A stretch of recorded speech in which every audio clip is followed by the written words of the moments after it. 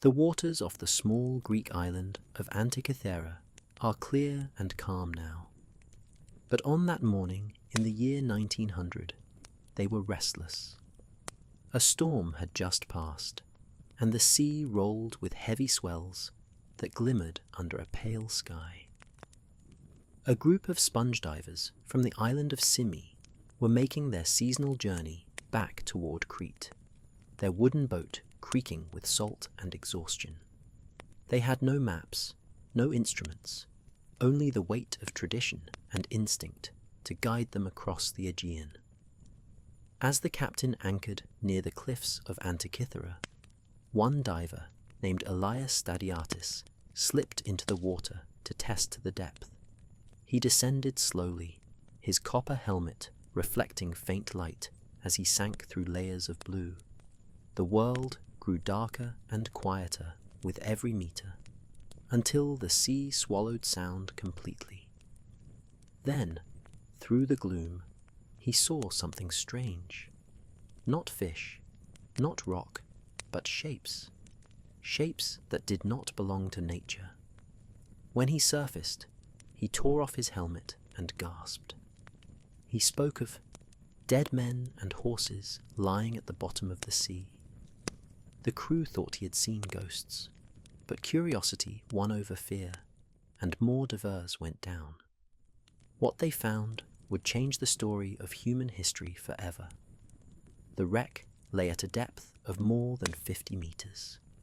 A jumble of broken marble statues, amphorae, and corroded bronze scattered across the ocean floor.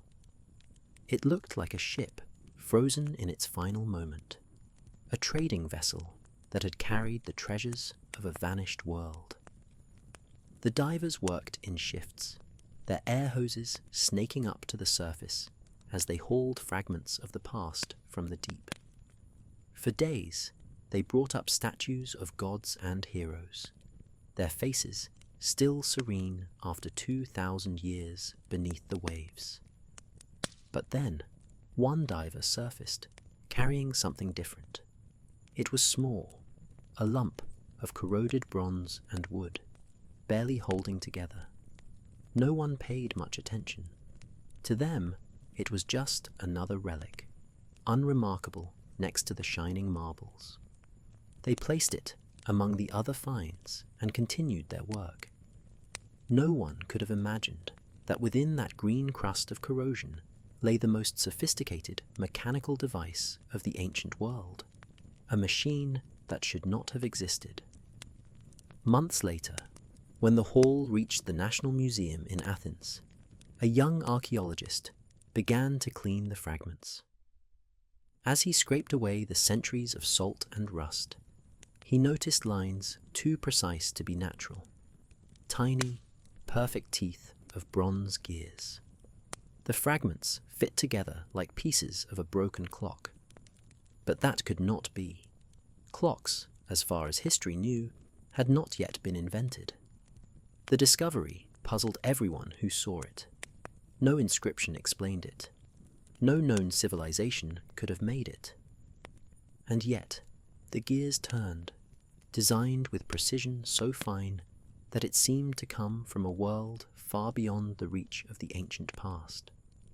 The sea had given up a secret it had guarded for 2,000 years, and no one was ready for what it revealed. The divers who discovered the wreck of Antikythera were not explorers or archaeologists. They were men of the sea, weathered, silent, and bound by a tradition older than history itself. Their hands were rough from rope and salt, their eyes trained to read the water's moods better than any map.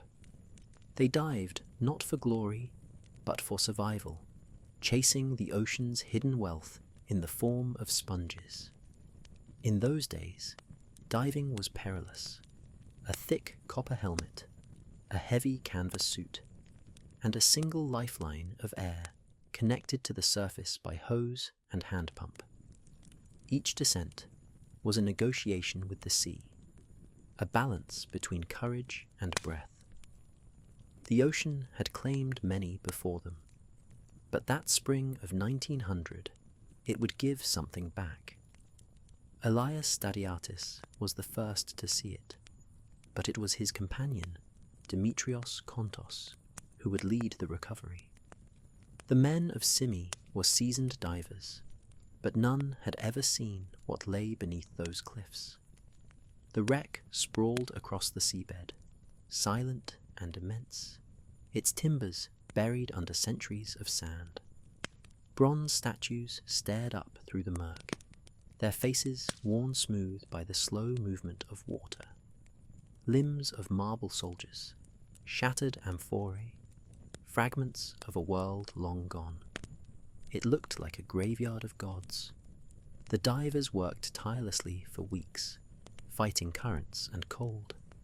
Each time they surfaced, their faces were pale, their voices hoarse from the pressure of the deep. They brought up statues of horses, torsos of heroes, and heads of philosophers, all bound for the museum in Athens. But they did not yet know that the smallest object they found, a corroded lump of bronze, no larger than a loaf of bread, was the true treasure. When the haul reached Athens, the press celebrated the recovery as a triumph of art, not science. Headlines spoke of beauty rescued from the sea, of the glory of Greece reborn through marble and bronze. No one mentioned the broken mechanism. It was placed in storage, forgotten among hundreds of fragments. To most, it was meaningless, a curiosity, a piece of decoration from a ship's cargo. Months later, when a curator named Valerios Stais examined it, he noticed something strange glinting through the corrosion. He called for better light, and under the beam, faint teeth appeared, not random, but precise, like the gears of a clock. He looked closer and saw that the metal had been cut, filed, and measured. This was no ornament. It was a machine. The divers could never have imagined what they had lifted from the sea. To them, it had been just another object from the wreck. To Stais, it was a whisper from another world, proof that the ancients had built something impossible. Years later, when scientists began to study the mechanism in earnest, they realized the truth. The device was not only ancient, it was ahead of its time by nearly 2,000 years. And as its gears turned again under modern light, one question echoed through history. How could they have known so much, so long before the rest of the world? For months after its discovery, the strange object from the Antikythera wreck sat quietly in a corner of the museum in Athens, its true nature hidden beneath a crust of salt and corrosion. At first glance, it looked like nothing, a jagged mass of bronze and wood fused together by centuries under the sea. Visitors passed it by without noticing. Even the curators saw only decay. But beneath that green and black surface, history was waiting to wake up.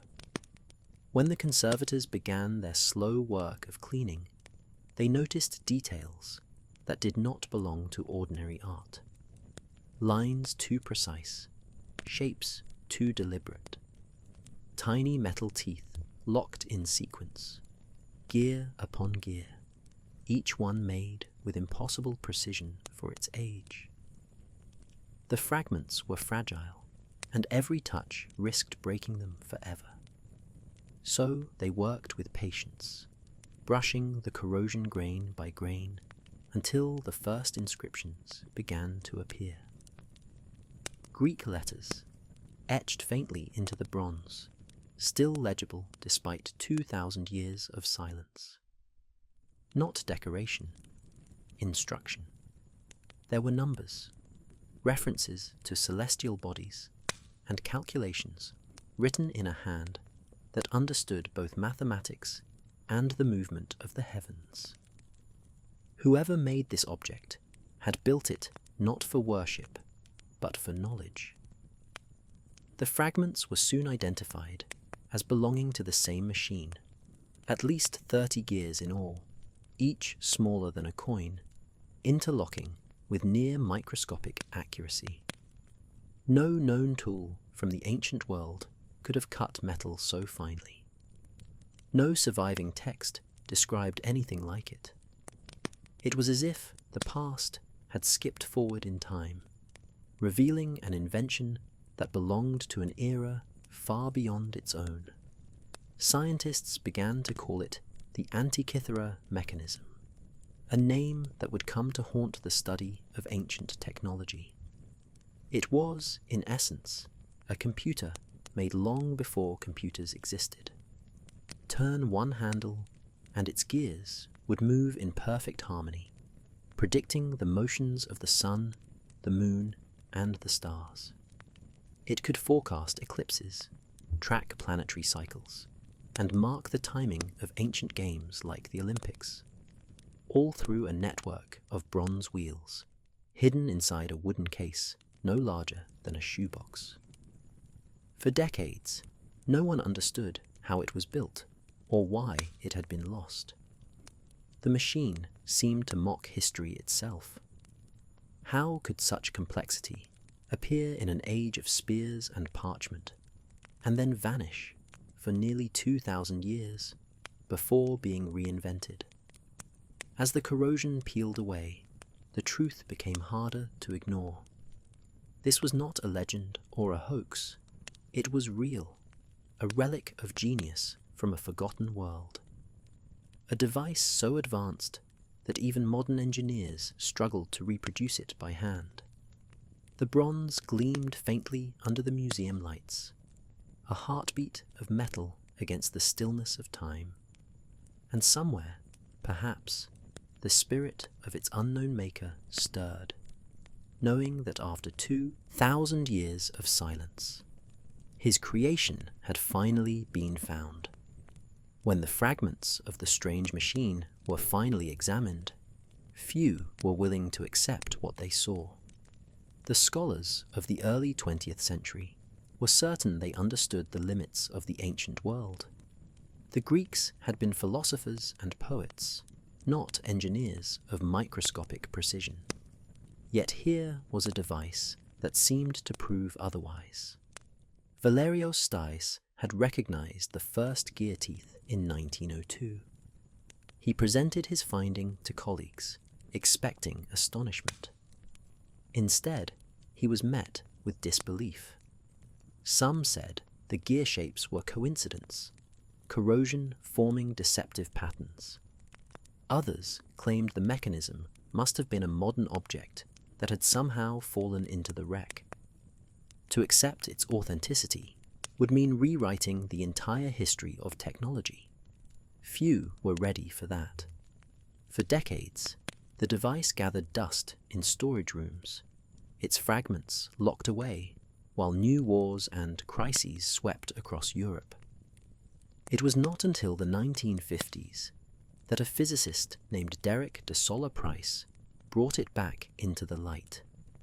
He studied photographs of the fragments and declared that this was no accident of corrosion, but a deliberate and sophisticated machine. He called it a geared device of stunning complexity, constructed centuries before its time. Still, many doubted him. Price's theories were dismissed as speculation until X-ray imaging became advanced enough to see inside the corroded metal. Then, the hidden gears were revealed in full, not 2 or 3, but more than 30, all carved with mathematical precision. The images stunned the academic world. It was undeniable. The ancient Greeks had built a mechanical model of the cosmos more than 2,000 years before the invention of the modern clock. The shock spread through universities and museums. Historians who had once called it impossible now struggled to explain how such knowledge could exist, then disappear without trace. There were no other machines like it, no workshop remains, no written instructions. It was as if a single flash of genius had appeared in the ancient world, then vanished back into darkness. The Antikythera mechanism forced scholars to confront an uncomfortable truth. History is not a straight line of progress. It moves in bursts and collapses, in moments of brilliance, followed by centuries of forgetting.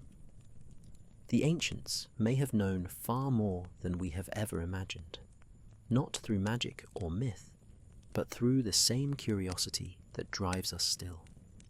For the first time, scientists began to look backward with humility.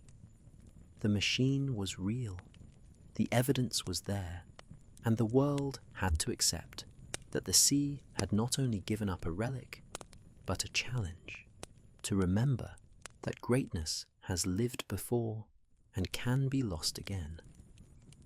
Once the truth of the mechanism could no longer be denied, curiosity replaced disbelief. The fragments were studied, photographed, and measured from every angle.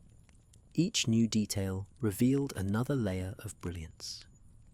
Within the corroded bronze were gear trains that moved in harmony, each one transferring motion through intricate ratios that perfectly mirrored the cycles of the heavens.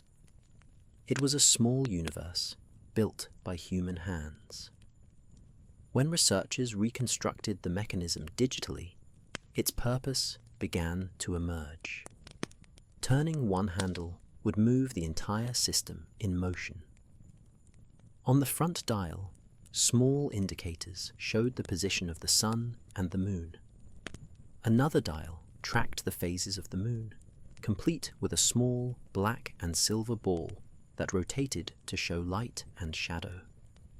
A spiral scale marked the calendar days, while on the back, 2 more spirals recorded the cycles of eclipses and celestial events.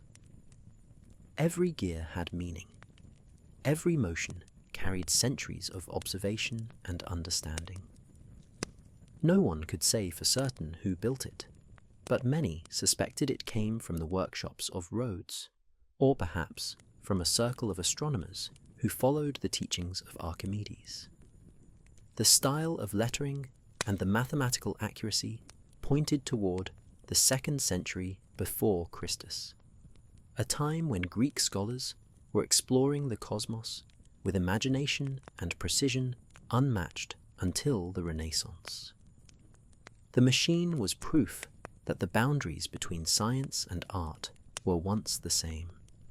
To hold it was to touch the mind of someone who saw the universe as a mechanism, not a mystery. And yet, that mind had been forgotten for more than 2 millennia. The people who built this device had the knowledge to understand the gears of the sky, to predict the future of the heavens, and then, somehow, the chain of memory broke. When the Roman Empire rose, the tradition of precise engineering faded into legend. The device's principles were never written down in a way that survived. Humanity had built a computer, then lost the ability to make it again for 2,000 years. When the first modern reconstruction began to move, the researchers who turned the handle said they felt something strange, a connection across time. As the gears began to rotate smoothly once more, the machine performed exactly as it had so long ago, predicting eclipses, charting planetary paths, and following the same cycles of the sky that still continue above us.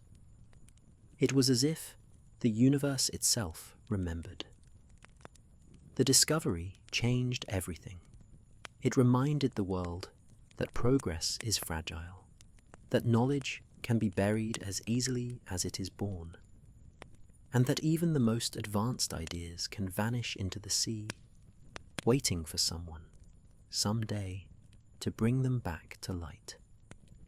To understand the Antikythera mechanism is to step into the mind of someone who could see patterns where others saw only the night sky.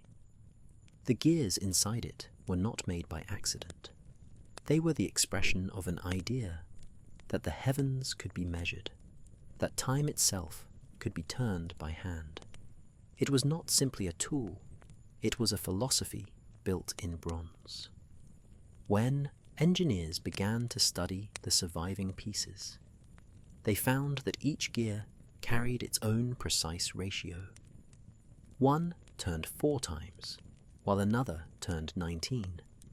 Another moved backward, while a third advanced forward.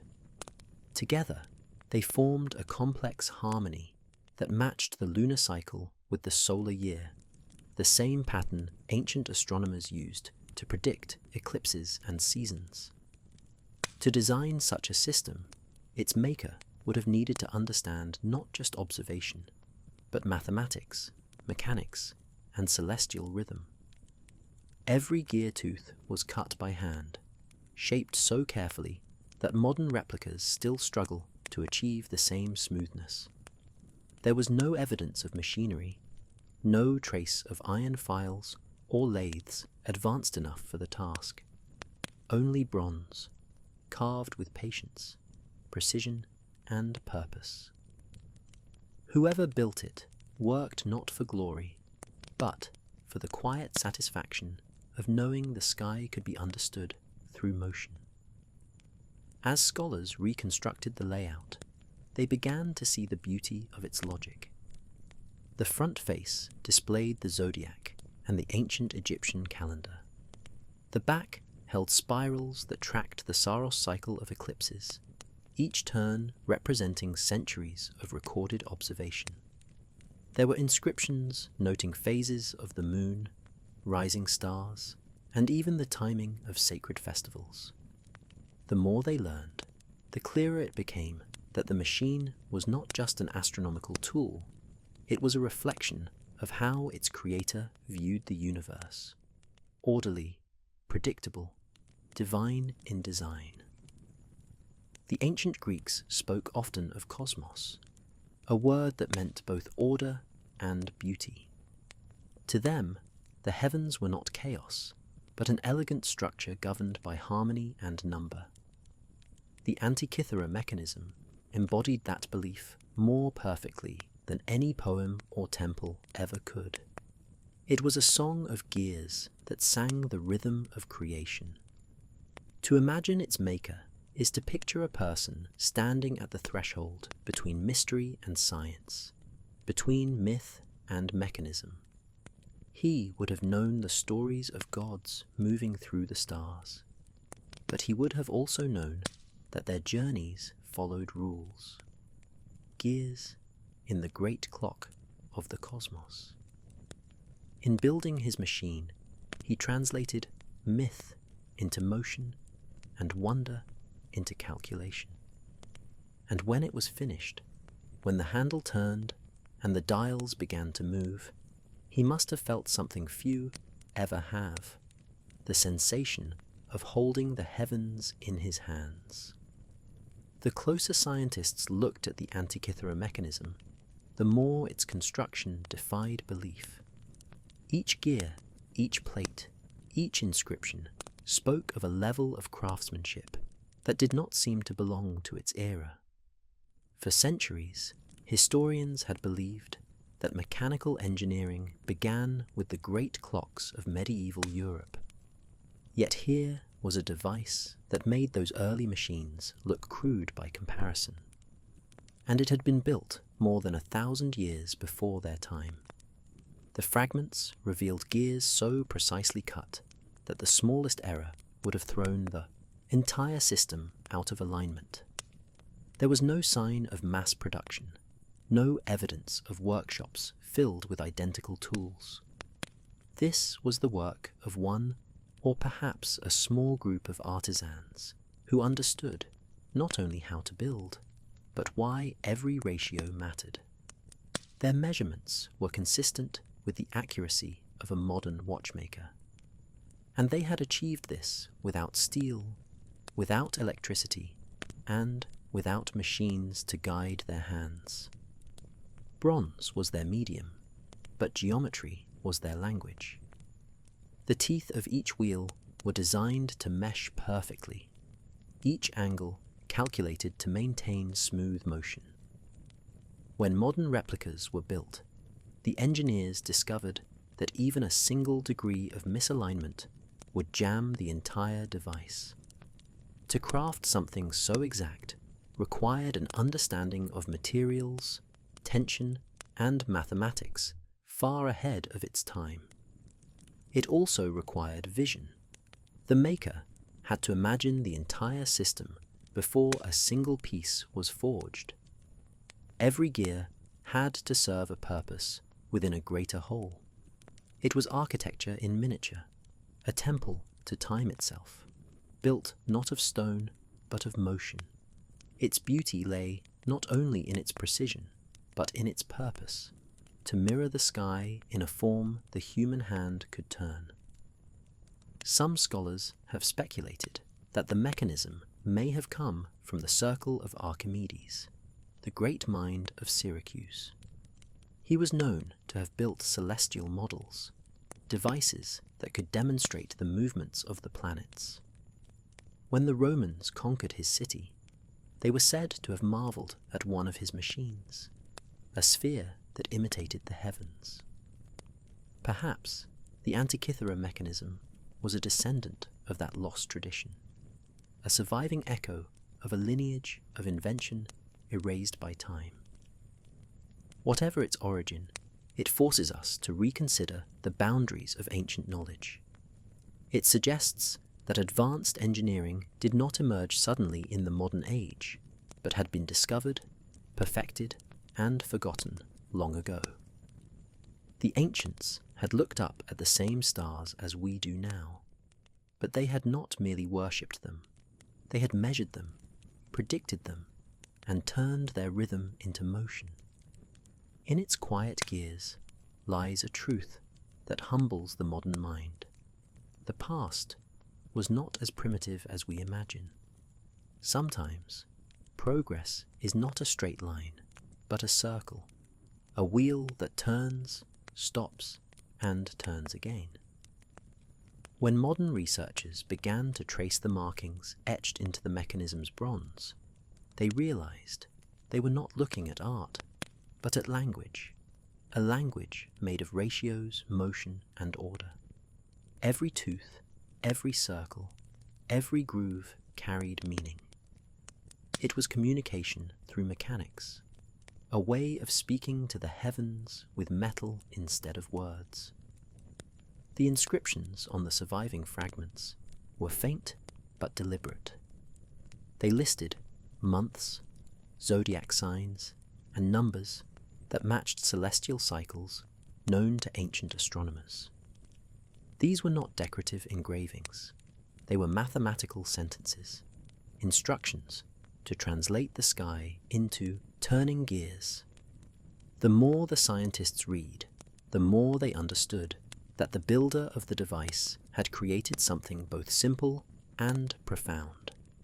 He had reduced the endless complexity of the cosmos into a series of precise ratios, one wheel turning another, the infinite expressed in motion. The Greeks had a word for this kind of perfection, techne. It meant both art and craft, for to them the two were one. To build something beautiful was to build something true. The Antikythera mechanism was techne in its purest form, a fusion of beauty and function so seamless that the boundary between art and science disappeared. When modern engineers attempted to replicate it, they were astonished by its accuracy. The device's gears reflected known astronomical cycles, the metonic, the callippic, the saros, with mathematical precision. Even the lunar phase dial accounted for the moon's variable speed along its orbit, a detail so subtle that no other mechanical clock would achieve it for nearly 2,000 years. The Creator had not merely copied the heavens, he had understood their irregularities and built them into the machine. To achieve this required more than observation. It demanded theory, calculation, and imagination. The maker had to predict how the unseen could be represented by the tangible. He had to transform light and motion into matter, to take the sky's language and rewrite it in bronze. In that sense, the mechanism was not only an astronomical device, but an act of translation between worlds, the infinite above and the human below. Those who first saw its inner workings through X-ray scans described it as a universe in a box. It moved like thought itself, quietly, precisely, perfectly balanced. Each rotation mirrored a cycle that had played out above Earth since the dawn of time. It was as if the craftsman had reached out to the cosmos and captured its rhythm, fixing eternity into a machine small enough to fit in his hands. In the silence of the museum, when its replicas are turned today, the gears whisper the same message they have carried for over 2,000 years. That precision is a kind of poetry, and that the universe, when understood deeply enough, speaks in the language of number and motion. Once the fragments of the mechanism had been studied and reconstructed, its purpose began to unfold like a secret long held by the sea. What looked at first like a lump of corroded metal revealed itself to be one of the most advanced scientific instruments the world had ever known. It could calculate the cycles of the sun and the moon, predict eclipses, and mark the dates of ancient festivals with astonishing precision. It was, in every sense, a clockwork model of the cosmos, a way to hold the rhythm of the universe in one's hands. Turning the handle at its side brought the heavens to life. The front dial showed the movement of the sun through the zodiac, while a smaller pointer followed the moon along its own path. Another wheel tracked the moon's phases, black and silver, alternating to mirror the night sky. On the back, spiral dials recorded cycles that stretched across decades. One predicted solar and lunar eclipses with mathematical certainty. Another followed the timing of the Pan-Hellenic Games, proof that the same people who measured the stars also measured the pulse of human celebration. The machine united the sacred and the scientific in one gesture. For the ancients, the heavens were not merely a place of wonder, but a calendar of divine order. To know when an eclipse would come, or when a season would turn, was not simply knowledge. It was power, the ability to read the will of the gods, written in light and shadow. And yet, there was something deeply human in it too. It was not built for a king or a temple. It was small enough to be personal. It fit in a man's hands. It turned with a touch. It was a scholar's companion, perhaps a philosopher's tool, a bridge between the mind and the cosmos. The more the scientists learned, the more they realized how far it reached beyond its own time. No other known device approached its complexity until the great astronomical clocks of the Middle Ages, built nearly 2,000 years later. Its design anticipated differential gearing, a concept not rediscovered until the modern era. To find such sophistication in the ruins of the ancient world was to realize that history's timeline had always been incomplete. What the mechanism could do was remarkable, but what it meant was something more. It proved that the people of the ancient world did not simply watch the sky. They understood it. They knew that time was not a straight line, but a circle, that the heavens turned in patterns that could be followed and known. In building the device, they affirmed a belief that the universe was ordered, measurable, and bound by harmony, the same conviction that would one day lead humanity back to the stars. The Antikythera mechanism was not just an instrument, it was a message, carved in bronze, from a civilization that saw the beauty in understanding. A whisper across time saying, "We were not guessing, we knew." The Antikythera mechanism stood as proof that someone, somewhere in the distant past, had reached a level of genius we had long forgotten. But history did not preserve his name. No inscription marked the maker's identity. No text recorded his method. All that remained was his work, the quiet perfection of his mind expressed in bronze. The scientists who studied the device could only imagine the hands that built it.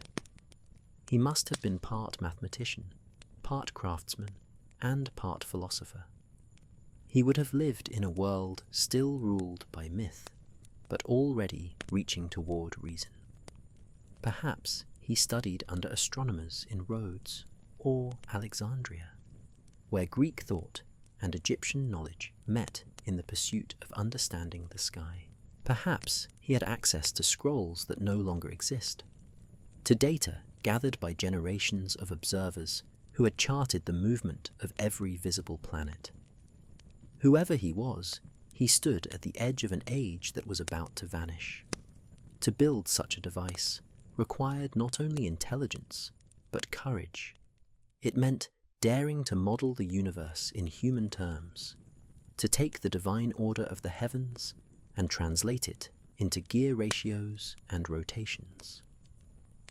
In doing so, the maker claimed something extraordinary, that the cosmos could be understood, predicted, and made visible through the work of human hands. That idea, simple yet radical, would disappear for centuries after him. When modern scholars turned the handle of a reconstruction and saw the gears move in perfect harmony, many described it as a moment of resurrection. It was as if the mind of the unknown inventor had returned to life through his creation. Each rotation reconnected the present to that vanished world, a world in which science and wonder were not separate things, but two expressions of the same awe before the universe. The forgotten genius who built the mechanism was not an exception. He was part of a lineage. He came from a culture that valued learning, debate, and curiosity above wealth or conquest. In his time, knowledge was sacred. The thinkers of Greece did not seek power through invention. They sought truth. And yet, through truth, they achieved something that still humbles us. They captured the sky. The tragedy is that his discovery did not survive. The wars, the fires, the slow collapse of empires buried his achievement along with his name. When later generations rediscovered astronomy, they believed themselves to be the first. They did not know that 2,000 years earlier, a single mind had already built the cosmos into a box. Today, when we look upon the mechanism in its glass case, we see more than metal. We see a reflection of ourselves, of what humanity can achieve when curiosity is stronger than fear, and when imagination dares to touch eternity. The gears still rest, silent and motionless, yet they continue to speak. Through them, the forgotten genius lives again, reminding us that even when history forgets a name, it never forgets a masterpiece. Long before the Antikythera mechanism was pulled from the sea, stories of strange machines already drifted through ancient myth. The line between legend and invention was thin in those days, and the Greeks often blurred it on purpose. They spoke of creations so lifelike and precise that even the gods themselves took notice. And while poets called them miracles, engineers knew that every myth hides a fragment of truth. In the old tales, the god Hephaestus, master of fire and forge, built machines that moved on their own. He forged golden servants who could think, crafted self-moving tripods that glided through Olympus, and built a bronze giant named Talos who guarded the island of Crete, circling it 3 times each day. He was said to hurl stones at approaching ships and heat his body until it burned with molten metal. For generations, listeners treated these as fables, but to the mind of a craftsman, they sounded like blueprints, stories of motion, balance, and precision written in the only language people of that age could understand. The idea that machines could imitate life was not fantasy to the ancients. It was ambition. In the temples of Alexandria, engineers designed water clocks that struck bells at exact hours, and mechanical birds that sang when steam rose through their hollow bodies. Some of these devices, built centuries before the Antikythera mechanism, were described in surviving texts by Hero of Alexandria, a man whose inventions combined physics, geometry, and illusion. To the common eye, they were magic. To the trained mind, they were mechanisms guided by natural law. Across cultures, similar stories appeared. In China, artisans spoke of wooden soldiers that could march, and guardians that moved their arms by air pressure. In India, old Sanskrit writings mentioned statues that could speak or write by themselves. Even in Egypt, myths told of sacred figures that responded to priests as if animated by unseen forces. Everywhere, humanity dreamed of machines before it could truly build them. The Antikythera mechanism was not born in isolation. It was the fulfillment of a dream that had been echoing through centuries. It was the moment when myth became reality, when the poetry of motion found form in metal. Perhaps the one who built it grew up hearing these tales of Hephaestus and his golden creations. Perhaps he wondered, as all inventors do, whether imagination could one day take shape beneath his hands. And perhaps, when his device finally turned and the heavens moved with it, he felt he had stepped into the realm of the divine. The myths remind us that every great invention begins as wonder. The ancients dreamed of living machines, and though they wrapped those dreams in the language of gods and legends, they were really describing the same thing we still seek, the ability to bring the impossible to life. In every ancient culture, the story of invention begins with fire. It was fire that separated the gods from humankind, and it was through fire that humankind learned to create. For the Greeks, that boundary was personified in Hephaestus, the god who worked not with words or lightning, but with hammer and flame. He was not a warrior or a ruler. He was a craftsman. His forge was the heart of Olympus, where divine ideas became tangible through heat, pressure, and precision. The poet said his workshop burned beneath volcanoes, the glow of magma illuminating his hidden tools. There, surrounded by sparks and smoke, he shaped wonders beyond imagination. He built armor that could think, chariots that could move without horses, and statues that breathed as though alive. Each creation, though born of myth, reflected a simple truth, that technology has always been seen as something sacred, something that touches the realm of the gods. When the Greeks looked upon intricate machines, water clocks, automata, levers that could move vast stones, they did not think of mechanics. They thought of Hephaestus. Every gear, every pulley, every whirring motion was a spark of divine fire captured by human hands. And so, in stories, they placed the god of invention among the immortals, a bridge between mortal curiosity and divine creation.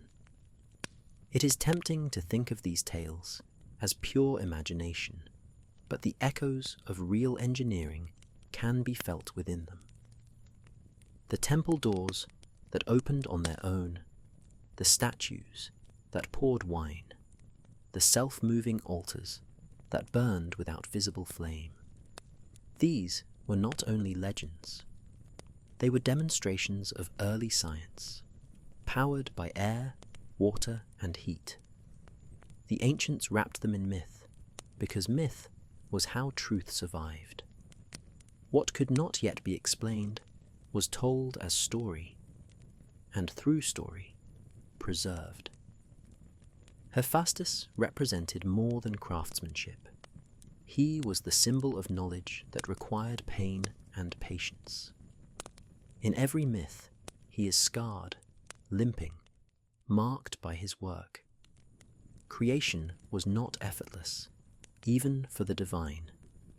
It demanded sacrifice, the same sacrifice faced by every inventor who trades comfort for understanding. Perhaps that is why those who built great machines in the ancient world were both revered and feared.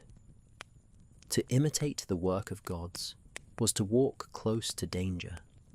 When the craftsman of the Antikythera mechanism stood before his forge, shaping metal into motion, he was following in that mythic lineage.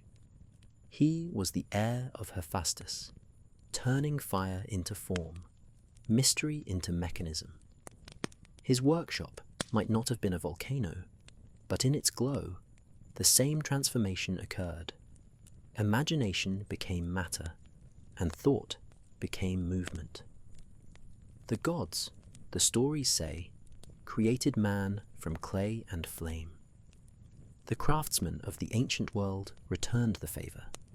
They created divine order out of chaos. Each invention, each spark, was an act of devotion. And the Antikythera mechanism, resting silent for centuries, is the truest surviving relic of that faith, a testament to the belief that through creation, humanity touches the eternal. Long before the Greeks built their bronze gears, the people of Egypt were already measuring time with light and shadow. Their civilization rose along the Nile, where the rhythm of life was bound to the turning of the sun and the slow breath of the stars. Every day, every flood, every harvest was tied to the heavens. To survive, they had to read the sky as one might read a sacred text, and so they became the world's first masters of celestial time. At dawn, priests stood before the great temples of Karnak and Luxor, watching the first rays of sunlight spill between colossal stone pillars.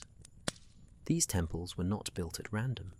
They were aligned to the solstices, to the rising of certain stars, to the very heartbeat of the cosmos. The Egyptians did not separate science from spirit.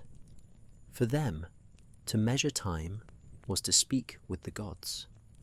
Their earliest clocks were not made of gears, but of shadow.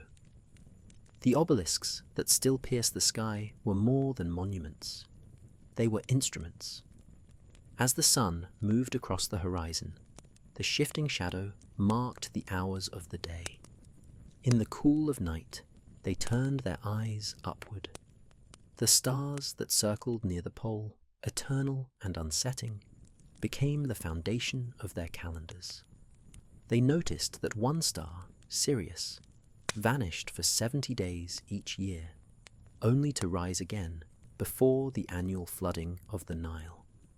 That single observation became the cornerstone of their calendar, accurate enough to guide them for thousands of years. Over time, their knowledge deepened. They built water clocks that dripped in perfect rhythm, marking the passing hours even when clouds hid the sun.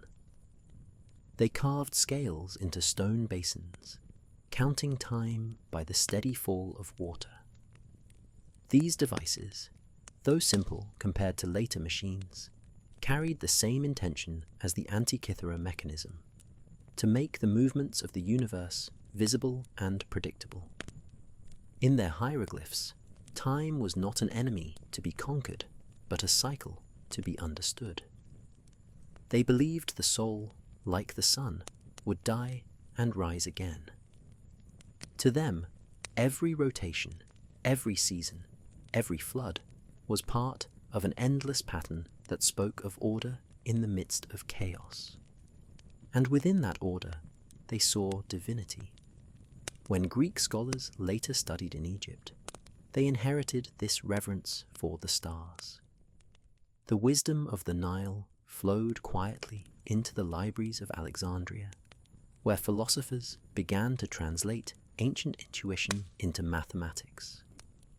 Without Egypt's clocks of light and water, there could have been no gears of bronze turning centuries later. The Antikythera mechanism was the child of a long lineage, a mechanical echo of those first priests who measured dawn and trusted the heavens to keep their word. The Egyptians built their clocks not to command time, but to live within it. In that humility lies the seed of all true science, the understanding that to observe the universe is to listen, not to speak. When the city of Alexandria rose on the coast of Egypt, it became the meeting place of every idea the ancient world had ever known. Greek reason met Egyptian observation, and from their union came something entirely new: invention. It was a city of glass and bronze, scrolls and stars, where curiosity was not only permitted but celebrated. Here, for the first time in history, science became a calling of its own. The Library of Alexandria was not merely a storehouse of books, it was a living mind. Within its marble halls, scholars copied the wisdom of every culture they could reach. Astronomers studied the heavens while mathematicians walked its courtyards debating infinity.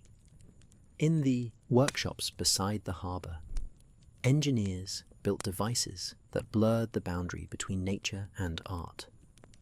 These men were called mechanikoi, mechanists, and they were the spiritual ancestors of the craftsmen who would one day build the Antikythera mechanism. They created machines that seemed alive, doors that opened at the sound of footsteps, altars that lit themselves when prayers were spoken. The philosopher Hero described how steam could turn wheels, lift weights, even move statues. He wrote detailed instructions, not as spells or secrets, but as lessons in the use of natural forces. His words were a quiet revolution. If the world can be understood, it can also be recreated. Among these thinkers were the followers of Archimedes, whose genius had already astonished the Mediterranean. He built mirrors that focused sunlight into fire, pumps that could raise water with effortless grace, and spheres that mimicked the movements of the heavens. When the Romans later took his city, they found one of his celestial globes still turning, powered by hidden gears. They called it magic. But Archimedes would have called it geometry.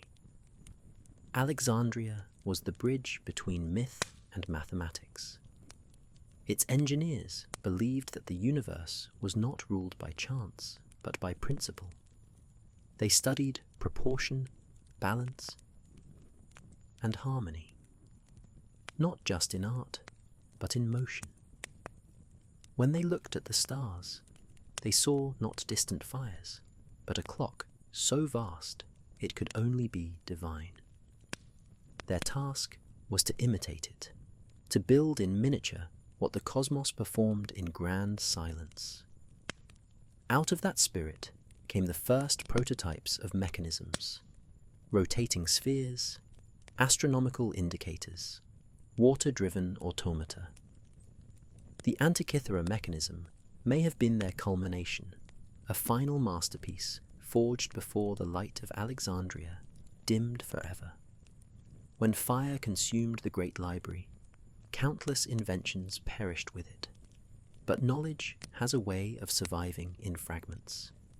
A scroll here, a design there, a memory passed from one craftsman to another. Perhaps the maker of the Antikythera device carried such a memory, a spark from that vanished city. If so, his machine was not just a tool of astronomy. It was a memorial to the age when the human mind dared to think like a god. For centuries, Alexandria burned brightly, a beacon of human understanding shining across the ancient world. Its scholars measured the earth, charted the stars, and studied the workings of the body and the mind. But knowledge is fragile. It depends not only on those who discover it, but on those who preserve it. And when the world around Alexandria began to change, its light began to fade. The first blow came with war. Armies marched across the Mediterranean, hungry for land and power, caring little for parchment or invention. When flames consumed the library of Alexandria, thousands of scrolls turned to ash, maps of the heavens, diagrams of machines, the written record of generations of thinkers. In a single night, centuries of progress became smoke. The survivors tried to rebuild, but the losses were too great. The chain of knowledge that connected one mind to another had been broken. Those who still understood the craft of mechanisms kept it alive in whispers. Engineers fled to distant cities, carrying fragments of their learning, a drawing, a memory, a principle scratched into stone. But as empires rose and fell, the age of invention gave way to an age of survival. When faith replaced inquiry and power replaced curiosity, the machines of the ancients fell silent. By the time the Romans ruled the known world, the secrets of Alexandria had become legend. They admired the wonders they inherited, but no longer knew how to make them. They could copy what they saw, but not improve upon it. The delicate gears, the perfect ratios, the instruments that once turned with the heavens, all were forgotten.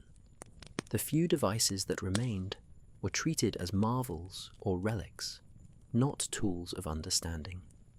Knowledge had slipped beneath the waves, just as the ship carrying the Antikythera mechanism had. In the centuries that followed, humanity remembered fragments. Alchemists and scholars rediscovered geometry. Philosophers studied motion, time, and the stars. But they worked in the shadow of a loss they could not name, the absence of something they had once possessed. The gears of the ancient world had stopped turning, and no one knew why. When the Antikythera mechanism was pulled from the sea nearly 2,000 years later, it was as if the past had reached out to remind us of what had been taken. Its corroded wheels were more than metal. They were memory, proof that once, long ago, the human mind had touched a level of precision and wonder that would not return until the dawn of modern science. The knowledge had not vanished completely. It had only slept, waiting beneath the sea and in the depths of human memory. And when the fragments were pieced together again, it was not just a machine being rebuilt, but a forgotten truth that our ancestors were not looking up at the stars in ignorance. They were calculating them.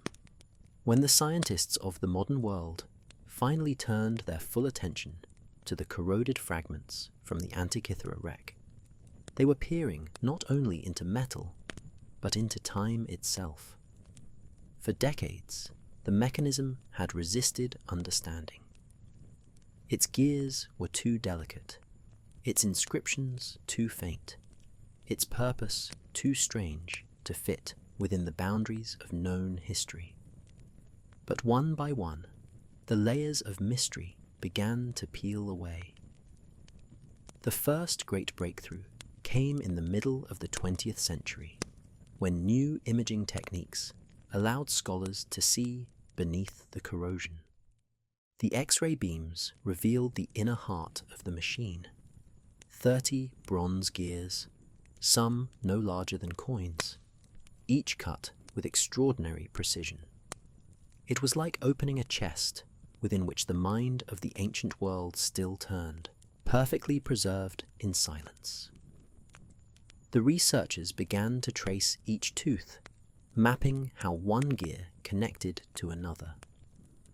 Slowly, they realized they were looking at a system of astonishing complexity. The mechanism contained more than 2,000 calculated divisions, all perfectly aligned to represent celestial cycles. It could show the movement of the sun through the zodiac, the waxing and waning of the moon, and even the timing of eclipses, centuries in advance. It was an ancient computer, a machine for predicting the future written in light and shadow. The language of the inscriptions offered new clues. Etched in faint, deliberate Greek letters were instructions, references to months, constellations, and celestial phenomena. They spoke of the Metonic cycle, a 19-year period after which the sun and moon returned to the same positions in the sky, and the Saros cycle, the rhythm by which eclipses repeat. Whoever built this device had not only mastered the mathematics of the heavens, but had woven them into a single, elegant form. The more they uncovered, the more profound the mystery became. How could such knowledge have existed in the 2nd century before Christus, only to vanish completely? No other artifact from the ancient world showed this level of mechanical sophistication. There were no records describing how to build it. No workshop remains. No second example of its kind. It was as if the machine had appeared out of nowhere, the solitary survivor of an age that reached forward, then fell back into darkness. As the mechanism's reconstruction advanced, scholars began to see beauty in its logic. It was not built for ornament, but for understanding. The builder had found a way to make the cosmos tangible, to turn the invisible motions of the sky into something that could be held and turned by hand. In doing so, he bridged the gap between wonder and comprehension.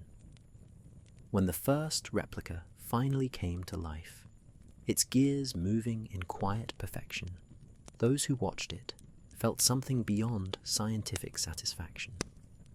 They felt awe, not only at the device itself, but at the realization that 2,000 years ago, someone had already reached the summit of mechanical thought. The Antikythera mechanism was no longer a puzzle. It was a revelation, a message from an ancestor whose brilliance we had forgotten, whispering through bronze and time that we have always been capable of more than we believe. When the Antikythera mechanism was finally understood as an astronomical device, the world began to see it not as a curiosity, but as a miracle of reason. Its gears were not just pieces of bronze. They were the embodiment of the cosmos itself, a miniature universe that turned with mathematical grace. Each wheel, each pin, each axis had a purpose, reflecting the patterns of the sky with an accuracy that defied its age. As modern engineers examined the reconstructed device, they saw that the arrangement of its gears mirrored the cycles of celestial motion. Some wheels moved in simple ratios, marking the steady march of the sun through the zodiac. Others rotated with subtle irregularities, mimicking the shifting speed of the moon along its path. Each component turned in harmony, creating a perfect balance of motion and meaning. In one revolution of the handle, months passed, eclipses drew near, and the heavens unfolded in silence. The central dial displayed the zodiac, 12 constellations that framed the journey of the sun. Around it, the calendar wheel marked the days and months, adjusted to the ancient Egyptian system still used by Greek astronomers. A smaller pointer traced the moon's orbit, its position changing slightly each turn to account for the moon's uneven path.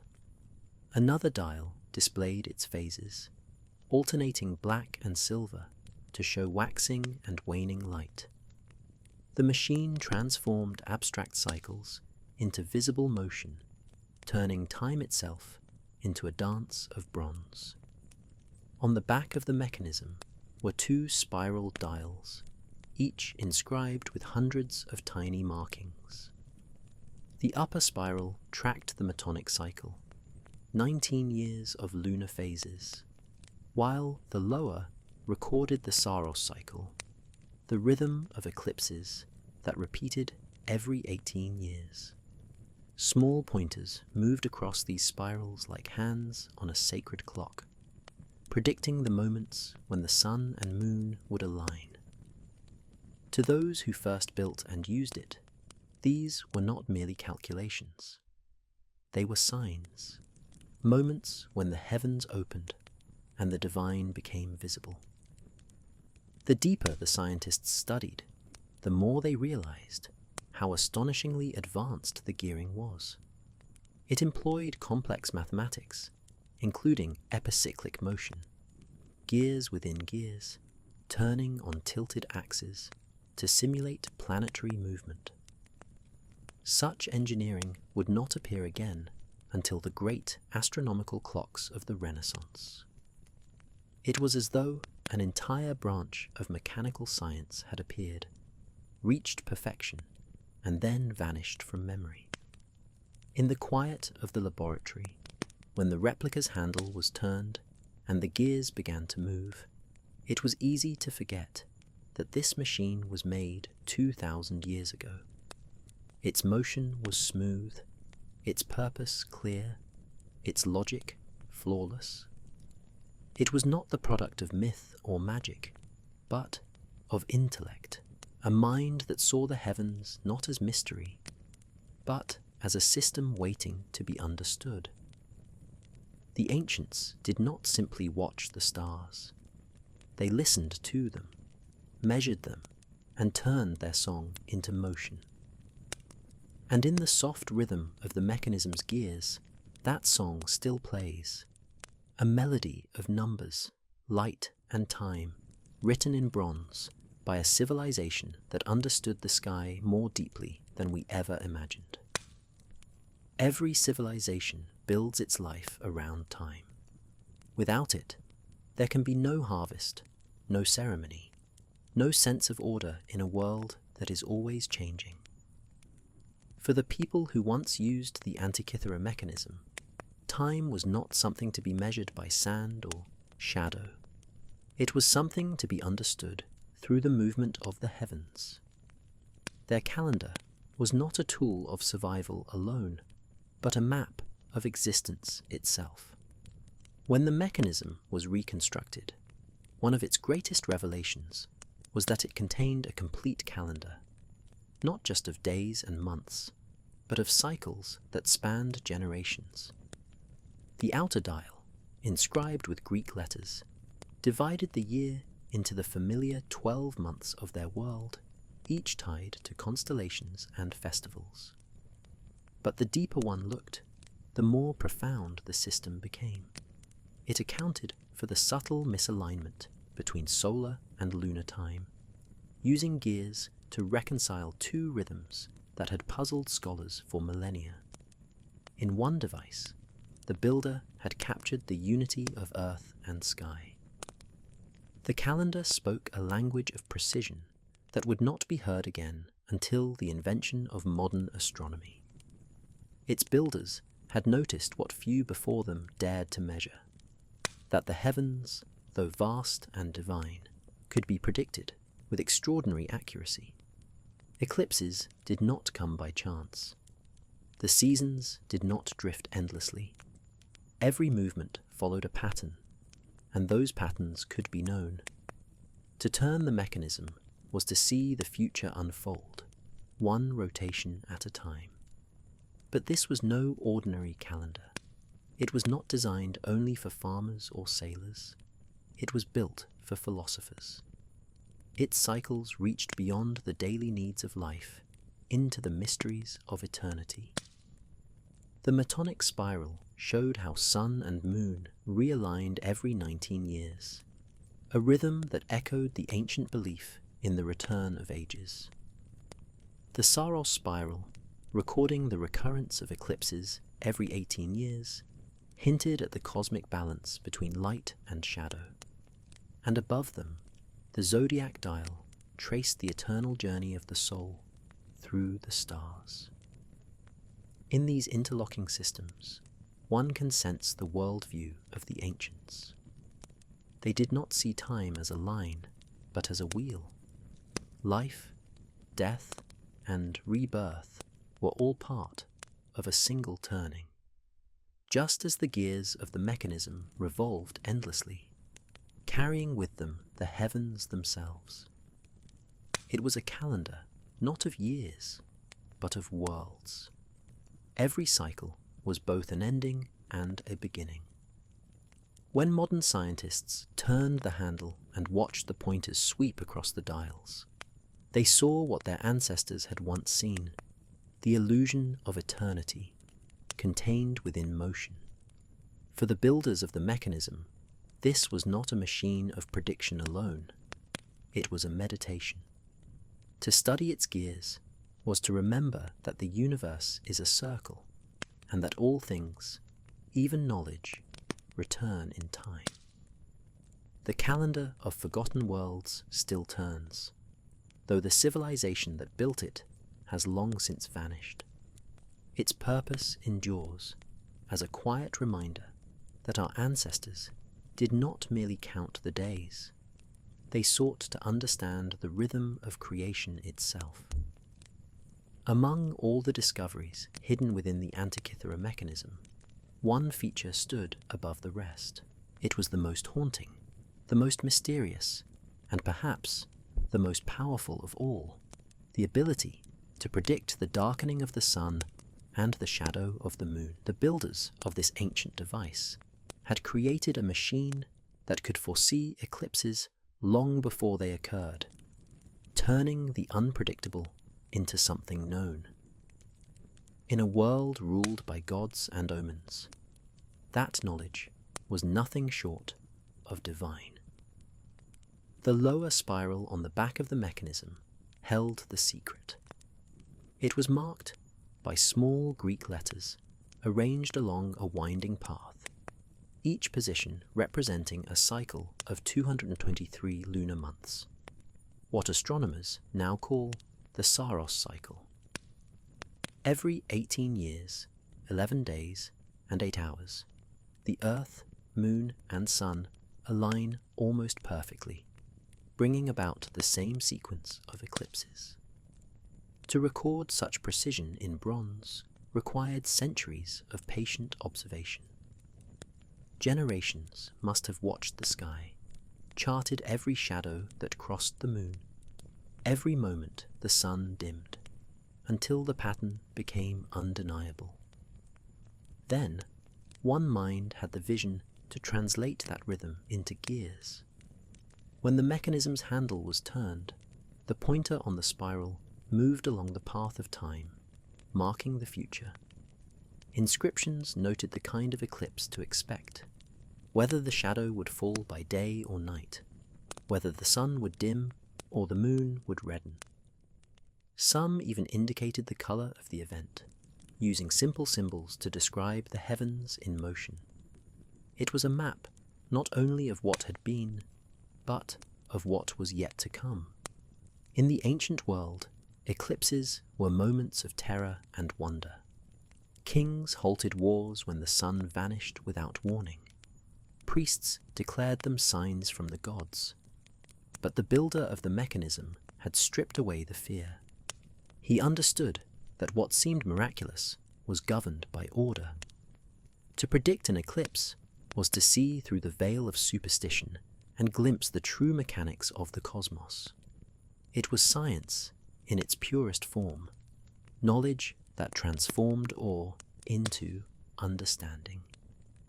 For the Greeks, this was not a rebellion against the divine, but a deeper reverence for it.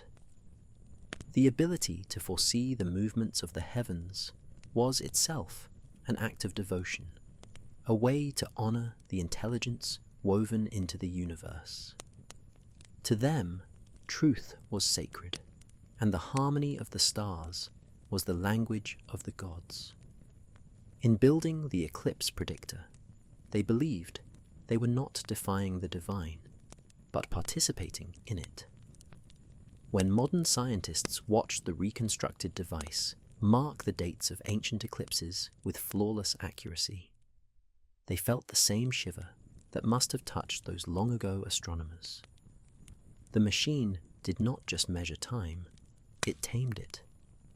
In the smooth rotation of its gears lay the proof that chaos could be understood, that even darkness follows a pattern, and that human reason could reach farther into the future than anyone had ever dreamed.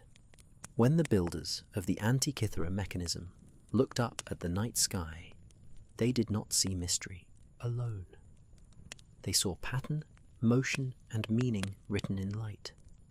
To them, the heavens were not chaos. They were a kind of language, one that spoke through rhythm and repetition. And the numbers that filled their calculations were not mere symbols. They were the grammar of the universe. The mechanism's design revealed that its maker had a mastery of numerical harmony. Every gear was carved with purpose, its teeth corresponding to astronomical ratios known only to the most learned minds of the ancient world. The device's movements reflected relationships between cycles that could only be expressed through number: 19 years for the Metonic cycle, 223 months for the Saros, and intricate divisions that tracked the moon's elliptical orbit. Each fraction of motion was a sentence written in mathematics. For the ancients, mathematics was not just a tool for trade or measurement. It was sacred, a key to the divine. Pythagoras had taught that numbers were the foundation of all things, that harmony in music, proportion in art, and order in the heavens were expressions of the same eternal truth. The builder of the Antikythera mechanism turned that philosophy into reality. He made a physical embodiment of numerical harmony, a silent symphony of gears that sang the music of the spheres. As modern scientists mapped the ratios and angles, they began to see what the ancients had understood intuitively, that numbers could describe beauty. The gears moved not just efficiently, but gracefully. Their proportions reflected a kind of natural elegance, as though the maker had not only sought accuracy, but aesthetic perfection. Each turn felt balanced, each motion inevitable. It was an equation made visible, a proof rendered in bronze. Even the inscriptions on the device spoke to this union of number and observation. They recorded lunar months, zodiac positions, and eclipse dates in precise mathematical order, blending empirical data with the poetry of celestial cycles. To read them was to glimpse the thought of a civilization that saw no boundary between science and spirit. Their numbers were prayers, not to worship, but to understand. In a sense, the Antikythera mechanism is not a relic of lost technology. but of lost philosophy. It reminds us of a time when to measure the stars was also to seek meaning, when calculation and contemplation were one and the same. The ancients believed that by studying the sky, they were aligning their minds with the divine order that shaped existence. Each rotation of the gears mirrored the turning of the cosmos, and through that movement, they found peace in the idea that everything, even chaos, follows a rhythm. Numbers and stars, two languages, one message. That the universe is not silent. It speaks if we learn to listen. And long before our machines and telescopes, someone had already learned to hear its voice and to answer it in bronze. For every name that history remembers, there are 1,000 it forgets. The philosophers, poets, and kings of the ancient world left their words carved in stone and ink. But the engineers, the ones who built the tools that made those worlds possible, left only their creations. And when those creations broke, rusted, or sank beneath the sea, their names went with them. The Antikythera mechanism is proof of that silence. No inscription marks its maker. No text records his method or his lineage. He might have been a student of Archimedes, or a craftsman from Rhodes, or a solitary thinker working in obscurity. Whoever he was, his work was brilliant enough to survive 2,000 years of salt and pressure. Yet his identity vanished within a few generations. History remembered the thinkers who wrote about the stars, but not the hands that built the machines to track them. The ancient world admired invention, but feared it too. To understand the workings of nature was to tread close to the divine, and not all societies were comfortable with that proximity. Philosophers debated the purpose of knowledge, whether it should serve beauty, truth, or power. And in those debates, the quiet engineer rarely had a voice. His language was not rhetoric or poetry, but precision, and precision, no matter how profound, leaves few stories behind. The fall of the great centers of learning sealed their fate.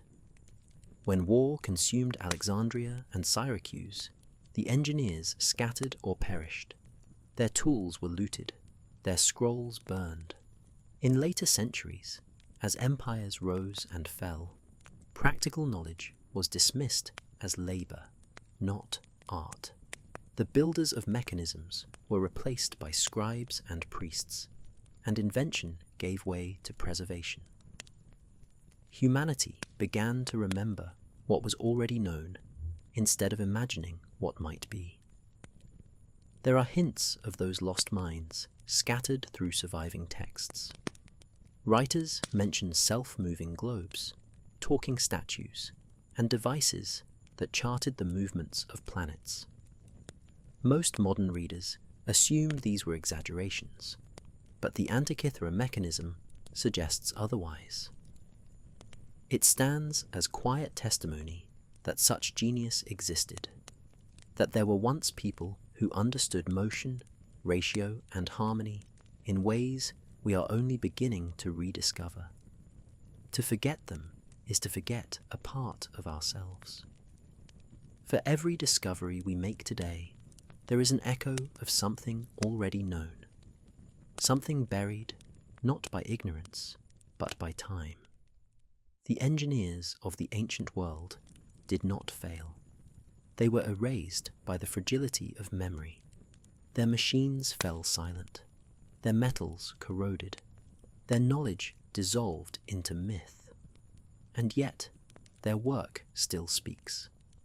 It waited beneath the sea for 2,000 years to remind us that history's truest genius often works unseen, not in the halls of power, but in small workshops, where a quiet mind turns thought into motion. The Antikythera mechanism is that voice returned, not to reclaim its maker's name, but to ensure his silence is never repeated. There are moments in history when the world seems to forget itself, when light fades, not because it has gone out, but because no one remembers how to tend the flame.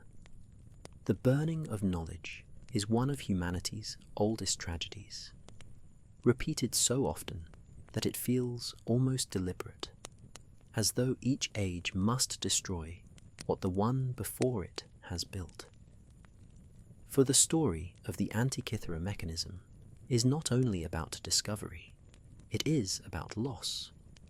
When the great libraries fell, in Alexandria, in Antioch, in Rome, their fires did more than consume parchment and wood. They severed memory. Scrolls that held the secrets of mathematics, medicine, astronomy, and mechanics vanished in hours. The words of Archimedes, Ctesibius, and Hero, men who had once measured the stars and built the first machines, were reduced to smoke.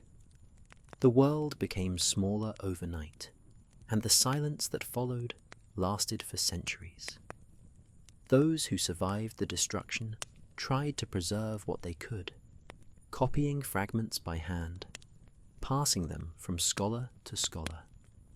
But the chain of transmission was broken. A single missing page, a mistranslated line, a misplaced diagram. Each was another gear removed from the great machinery of human understanding. And once enough pieces were lost, the whole system stopped turning. When the Roman Empire fell, chaos scattered the remnants of classical thought even further. Knowledge was hidden, hoarded, or forgotten. The art of engineering, once celebrated as the highest form of reason, became associated with labor and servitude. Machines that had once moved with elegance were dismissed as curiosities, their builders reduced to legend. The idea that a man could model the heavens in bronze came to sound like myth.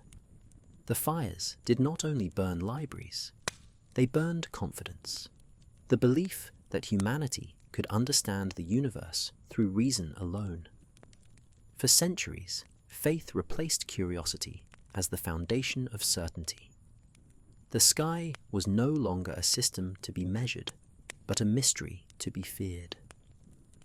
And with that shift, the gears of progress slowed almost to a stop. Yet the embers never died completely. In monasteries and forgotten corners of the world, a few manuscripts survived, copied and recopied, often without full understanding. They carried forward enough fragments for the spark to reignite. When the Renaissance came, it was not a sudden dawn, but the slow rekindling of an old fire, a light that had once burned bright in the hands of the ancient engineers. The Antikythera mechanism stands as the ghost of that fire. It reminds us that knowledge is not permanent. It can be destroyed as easily as it is discovered. But it also reminds us that no fire is ever truly lost. Buried in ash or sunk beneath the sea, the idea itself endures, waiting for the day when another hand, perhaps centuries later, will reach down into the darkness and strike the spark again. When Rome rose to power, it inherited the ruins of 1,000 years of genius. It absorbed the art of Greece, the science of Egypt, and the philosophies of the East. But though the Romans conquered the world, they never truly understood the knowledge they inherited. They could build roads that stretched across continents and aqueducts that defied valleys and time, but they did not share the curiosity that had once animated the thinkers of Alexandria or the craftsmen of Rhodes. They were masters of utility, not imagination. The Romans valued what worked, not why it worked. They admired invention, but only when it could serve empire. Their engineers built machines for war and water, not for wonder. Siege engines replaced astronomical models. Catapults replaced celestial clocks. Their civilization was one of power and permanence, not exploration. To them, the universe was a place to rule, not to understand. The philosophers of earlier ages had looked at the stars and seen questions. They sought harmony, proportion, and meaning in the order of the heavens. But Rome turned its eyes downward, to stone, to empire, to law. The sky was for the poets, not for the rulers. In their pursuit of conquest, they lost the delicate art of curiosity. The craftsman who once forged gears to mirror the cosmos had no place in a world obsessed with expansion. There were exceptions, isolated minds who still dreamed of motion and mechanism. Writers like Cicero mentioned devices that imitated the heavens, perhaps descended from the same lineage as the Antikythera mechanism. He described a sphere that displayed the movements of the planets, a gift said to have been brought from the workshop of Archimedes himself. But even Cicero treated it as a marvel, not a science. Something to admire, not to understand. To him, it was proof of genius, not a blueprint for learning.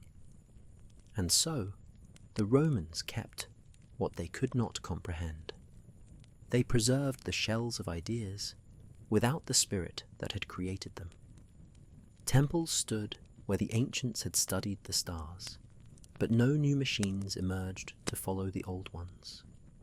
The gears of the cosmos were replaced by the gears of empire, machines of control, not discovery.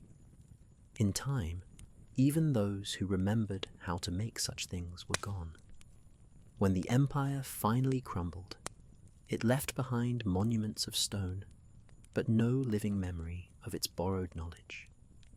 The bridges, the roads, the aqueducts endured, symbols of strength, but the quiet, intricate world of mechanical thought vanished beneath them. The Romans had inherited the wisdom of civilizations that sought to understand the universe, and in their pursuit of permanence, they forgot the most important truth of all, that no empire lasts, but the search for knowledge does. The Antikythera mechanism survived where Rome's marble did not. It lay in the silence of the sea, waiting to tell its story. Not of kings or conquest, but of minds that looked beyond power to the greater mystery of how the heavens turn. And in that forgotten lesson lies the greatest irony of all, that what endures is not what we build to last, but what we build to understand. There comes a moment in every age when curiosity falls silent, not because the answers have been found, but because the questions have been forgotten.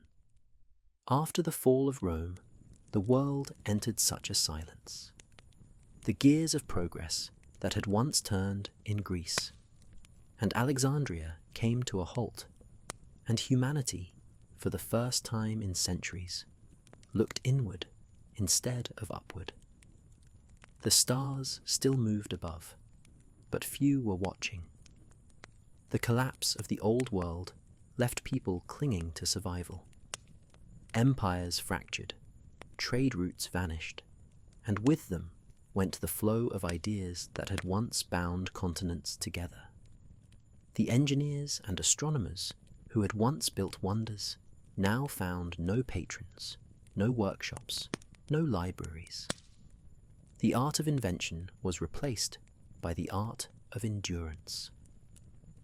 The great mechanism of knowledge itself had broken, and no one remembered how to repair it. For generations, faith became the new language of understanding. Where the Greeks had seen geometry in the heavens, the New World saw mystery and divine will. To question too deeply was no longer an act of discovery, it was an act of defiance. The Church became the keeper of truth, and though it preserved fragments of ancient wisdom, it wrapped them in reverence rather than inquiry. The telescope was still centuries away, but the fear of looking too closely had already taken root. It was not ignorance that defined this time, but hesitation. People still observed the stars, still built sundials and calendars, but they no longer asked why the sky moved as it did. Knowledge had become inheritance, not pursuit. The spirit that once drove men to recreate the cosmos in bronze had faded to a quiet memory, and with that loss, the boundary between myth and understanding grew thick again. The Antikythera mechanism, though forgotten, seemed almost to sense this silence. It had been a question made of metal, a question about how the universe works, and whether it could be known.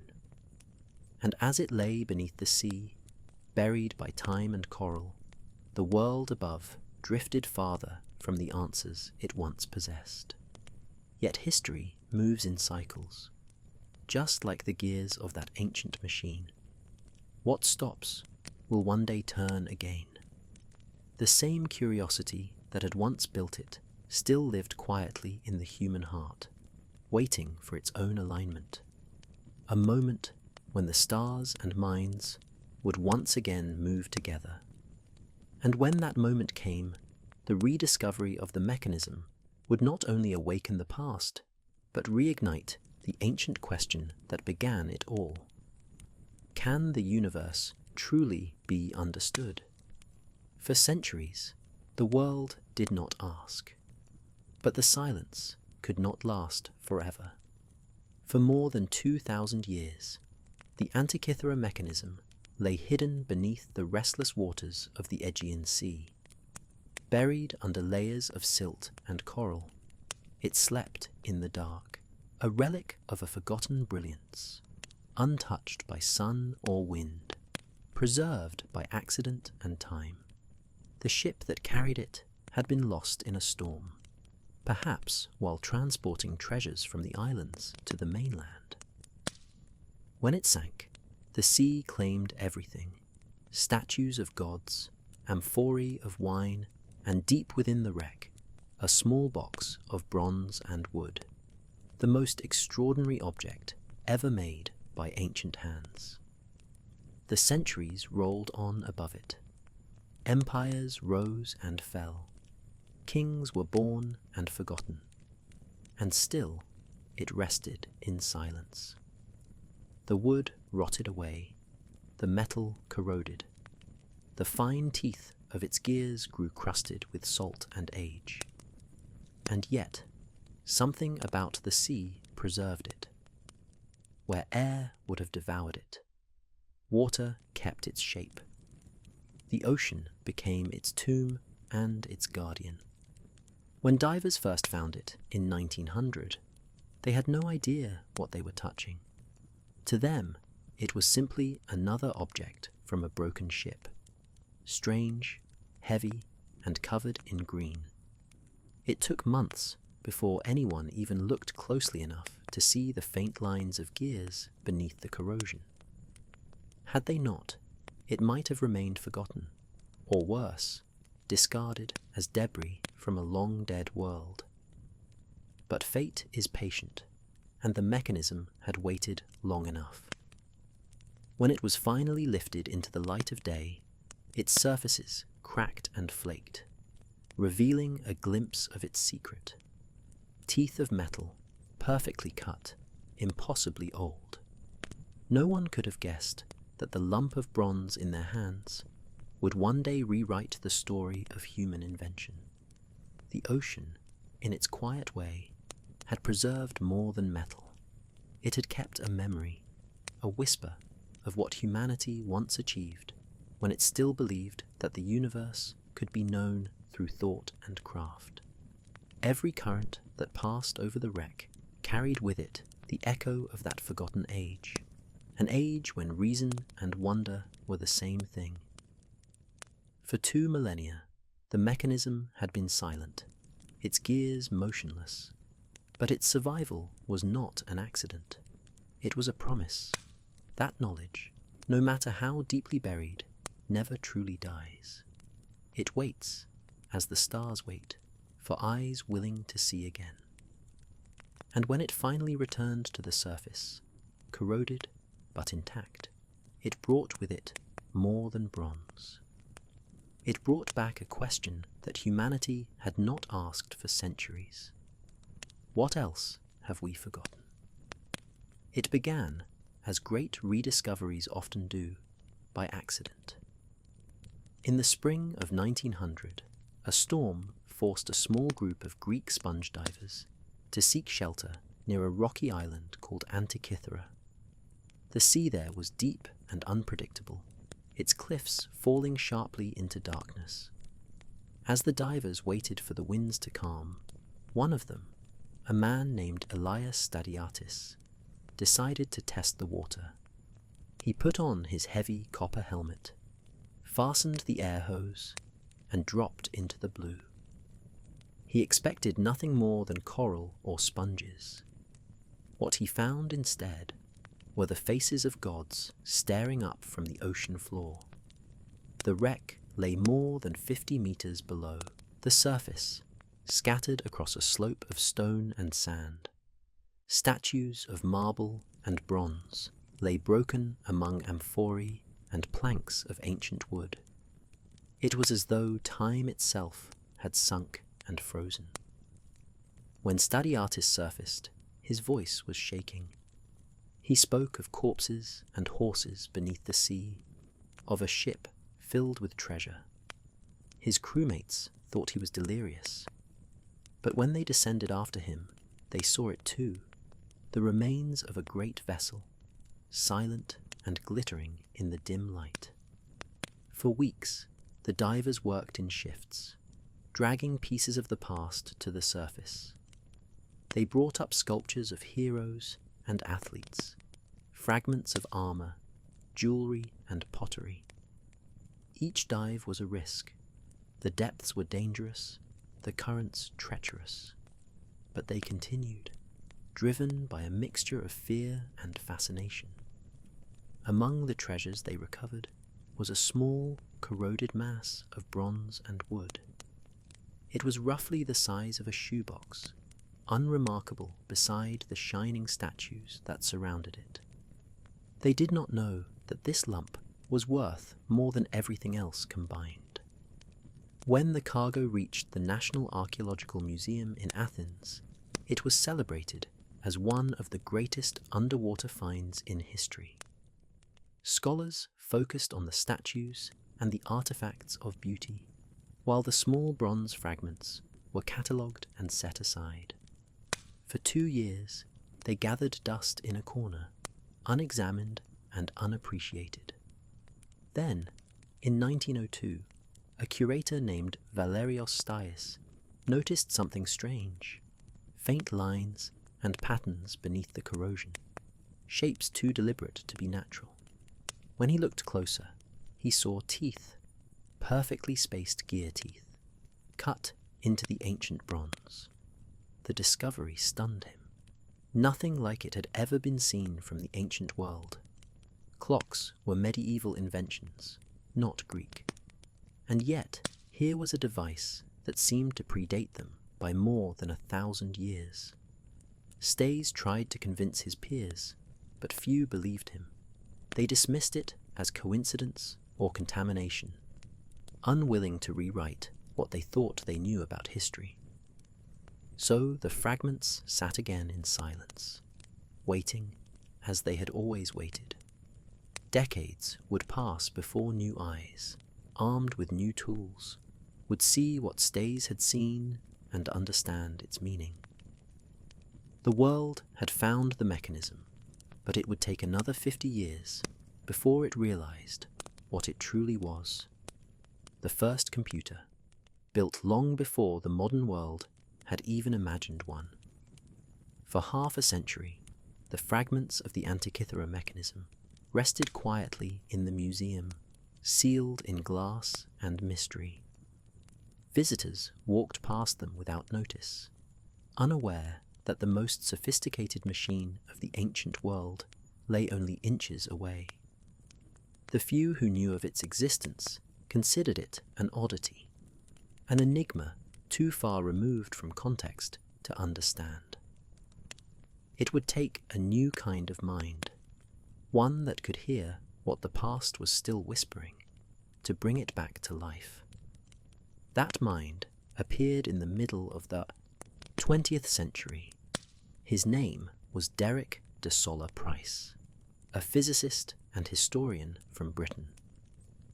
He had seen photographs of the corroded fragments and was immediately captivated. Where others saw decay, he saw design. He recognized the geometry of gears, the rhythm of ratio, and the unmistakable mark of purpose. He decided to dedicate his life to uncovering its secret.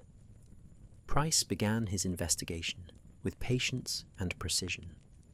He measured every visible gear, every fragment of inscription, and every tiny hole where a pin or shaft might once have turned.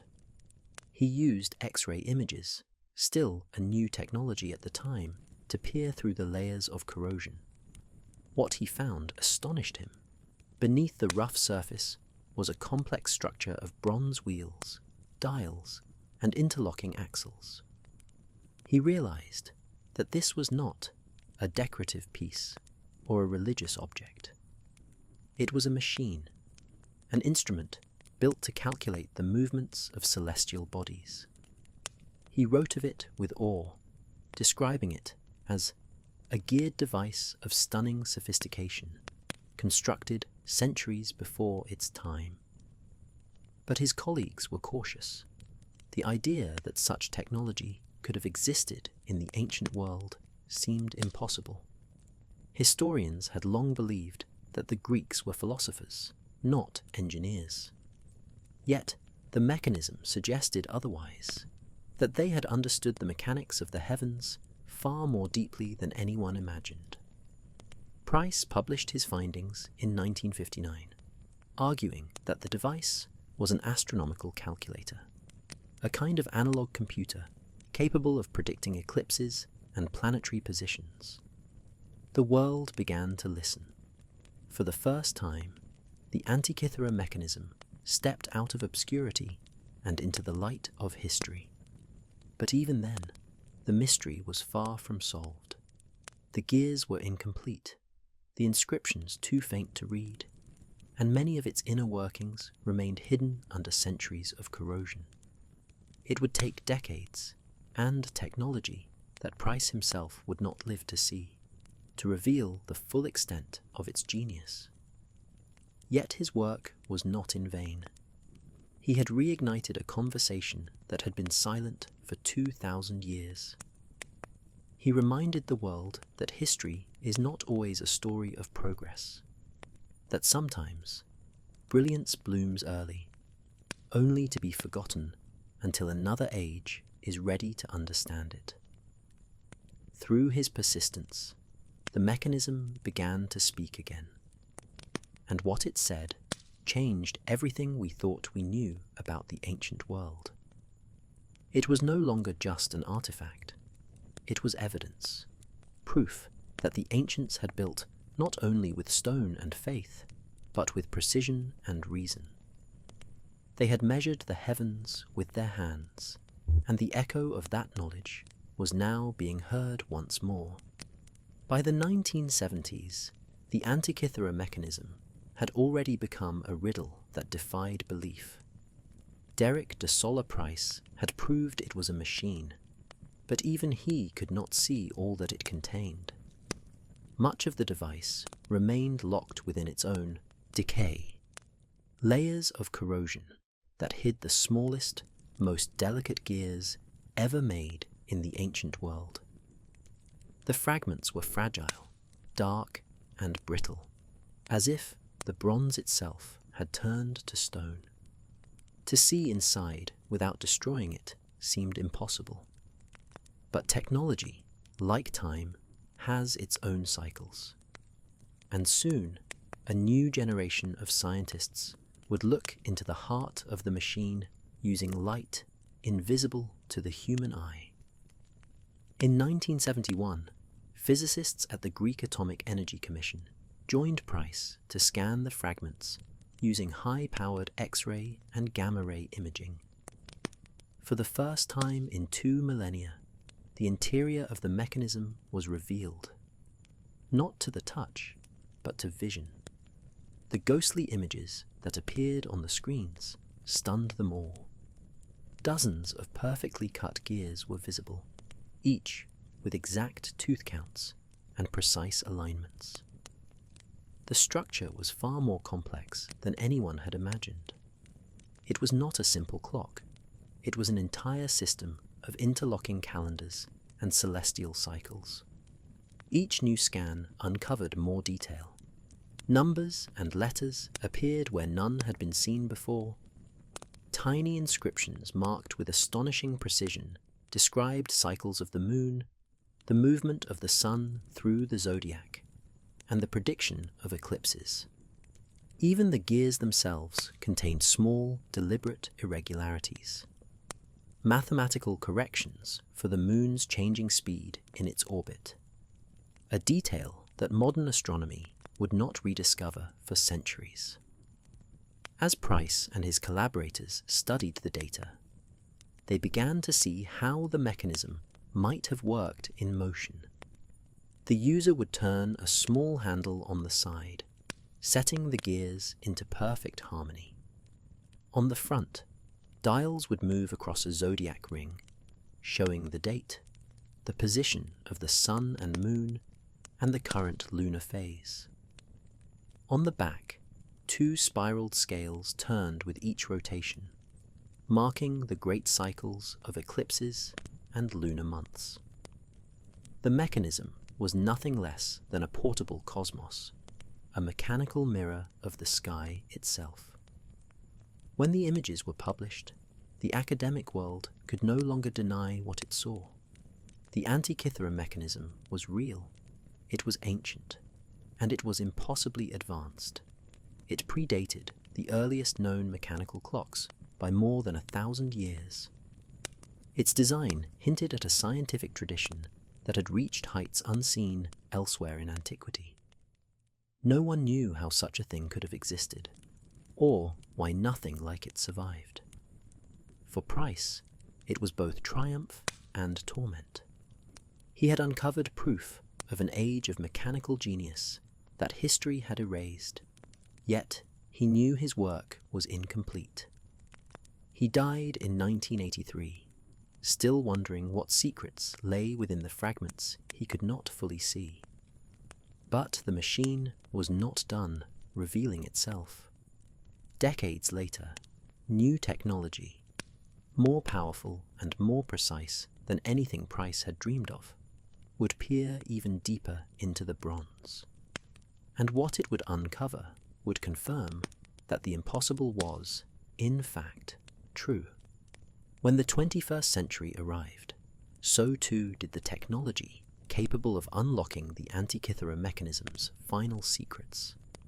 A team of international researchers, historians, engineers, and physicists came together in a project called the Antikythera Mechanism Research Group. Their goal was simple but staggering: to see everything the ancient maker had built, down to the smallest line of inscription and the finest tooth of bronze. Using advanced 3-dimensional X-ray tomography and digital surface imaging, they turned what once looked like decay into detail. What they found defied reason. Inside the fragments were levels of precision no one believed possible for the ancient world. Each gear tooth had been cut by hand, yet its spacing was so accurate that even modern craftsmen, using machine tools, struggled to match it. Some wheels contained over 350 individual teeth, each shaped to mesh seamlessly with others of different size and motion. And they weren't random. They formed a system so perfectly calibrated that, when reconstructed digitally, the entire mechanism worked flawlessly, predicting celestial events that would have taken place thousands of years ago. The inscriptions, once faint as dust, were now fully legible. They described the positions of planets, the timing of eclipses, and the phases of the moon. Even the color changes of the lunar surface, from bright silver to deep red during an eclipse, were carefully noted. It was not just a timekeeper. It was a universe in miniature, an encyclopedia of the heavens built long before telescopes, long before modern science. And yet, this masterpiece appeared in history without warning, and vanished just as suddenly. No other artifact like it has ever been found. No workshop, no tools, no scrolls describing its design. It stands alone, as though one mind had reached forward into the future, built something centuries ahead of its time, and then disappeared into the sea. It was, as one researcher described it, a singularity in the story of human invention. To look at it now is to question everything we thought we knew about the past. If such a machine could exist 2,000 years before the first clock, what else might have been possible and lost? It suggests that our timeline of progress is not a steady climb, but a fragile rhythm of creation and forgetting. For every renaissance, there is a dark age. For every discovery, a silence. And beneath it all, the same truth remains. Genius is not bound by era. When the reconstructed mechanism was finally set in motion again, its gears turned with a sound like soft rain. The dials rotated, the hands swept across the zodiac, and the ancient calendar aligned perfectly with the heavens, just as it had 2,000 years before. In that moment, time itself seemed to fold. The thoughts of a forgotten craftsman, a man who lived before electricity, before printing, before the fall of empires, were once again moving, alive in the present. The scientists who watched it turn described the feeling as both wonder and sorrow. Wonder at what the ancients had achieved, sorrow at how much had been lost. The Antikythera mechanism should not have existed, not according to our understanding of history, and yet it did. It is proof that humanity has always been reaching forward, and that sometimes it reaches farther than we remember. No name is carved into the Antikythera mechanism. No scroll describes its maker. All that remains is the work itself, silent, intricate, and impossibly perfect. And yet, behind every wheel and every inscription, there is a mind, a living human being who once stood before a workbench, guided by nothing but intellect and imagination, and built a model of the cosmos that no one thought could exist. Who was he? Historians have searched for him for more than a century. Some believe he was a follower of Archimedes, the great engineer of Syracuse. Others suggest he may have lived on the island of Rhodes, a center of astronomy and mechanical craft in the 2nd century before Christus. There, in the shadow of the Colossus, scholars studied the heavens and built instruments to track them. It was a place where knowledge was not theory, but practice, where hands and minds worked together to turn numbers into motion.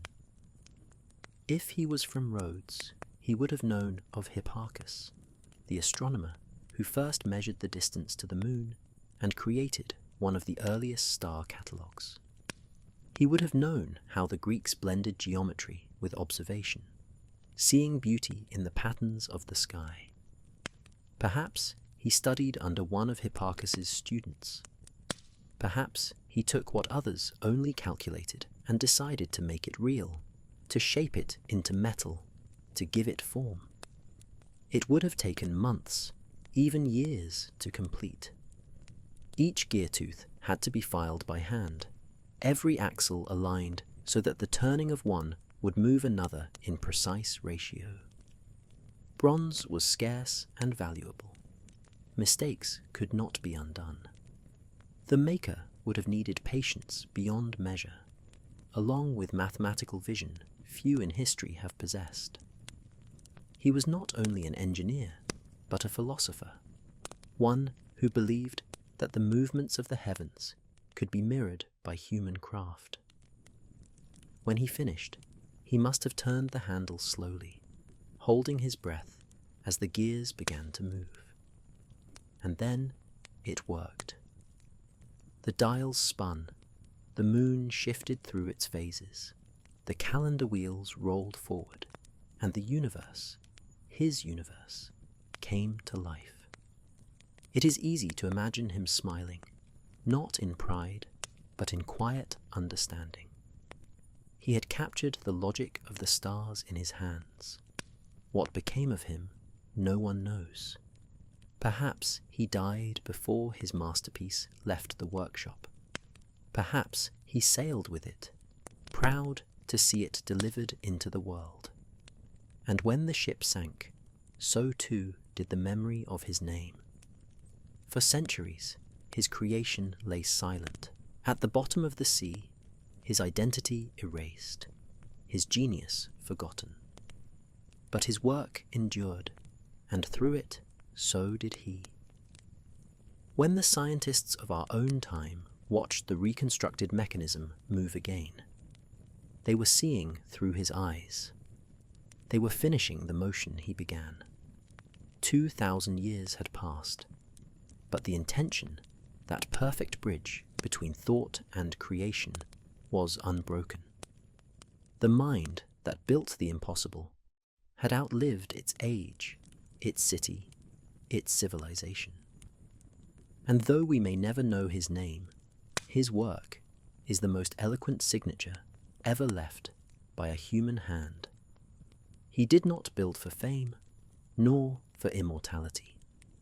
He built because he could, because he wanted to know, and in that simple, eternal desire to understand the heavens, to measure their music, he proved something about all of us, that even when time forgets, creation remembers. When the Antikythera mechanism finally revealed its full design, the world was forced to rewrite its understanding of the past.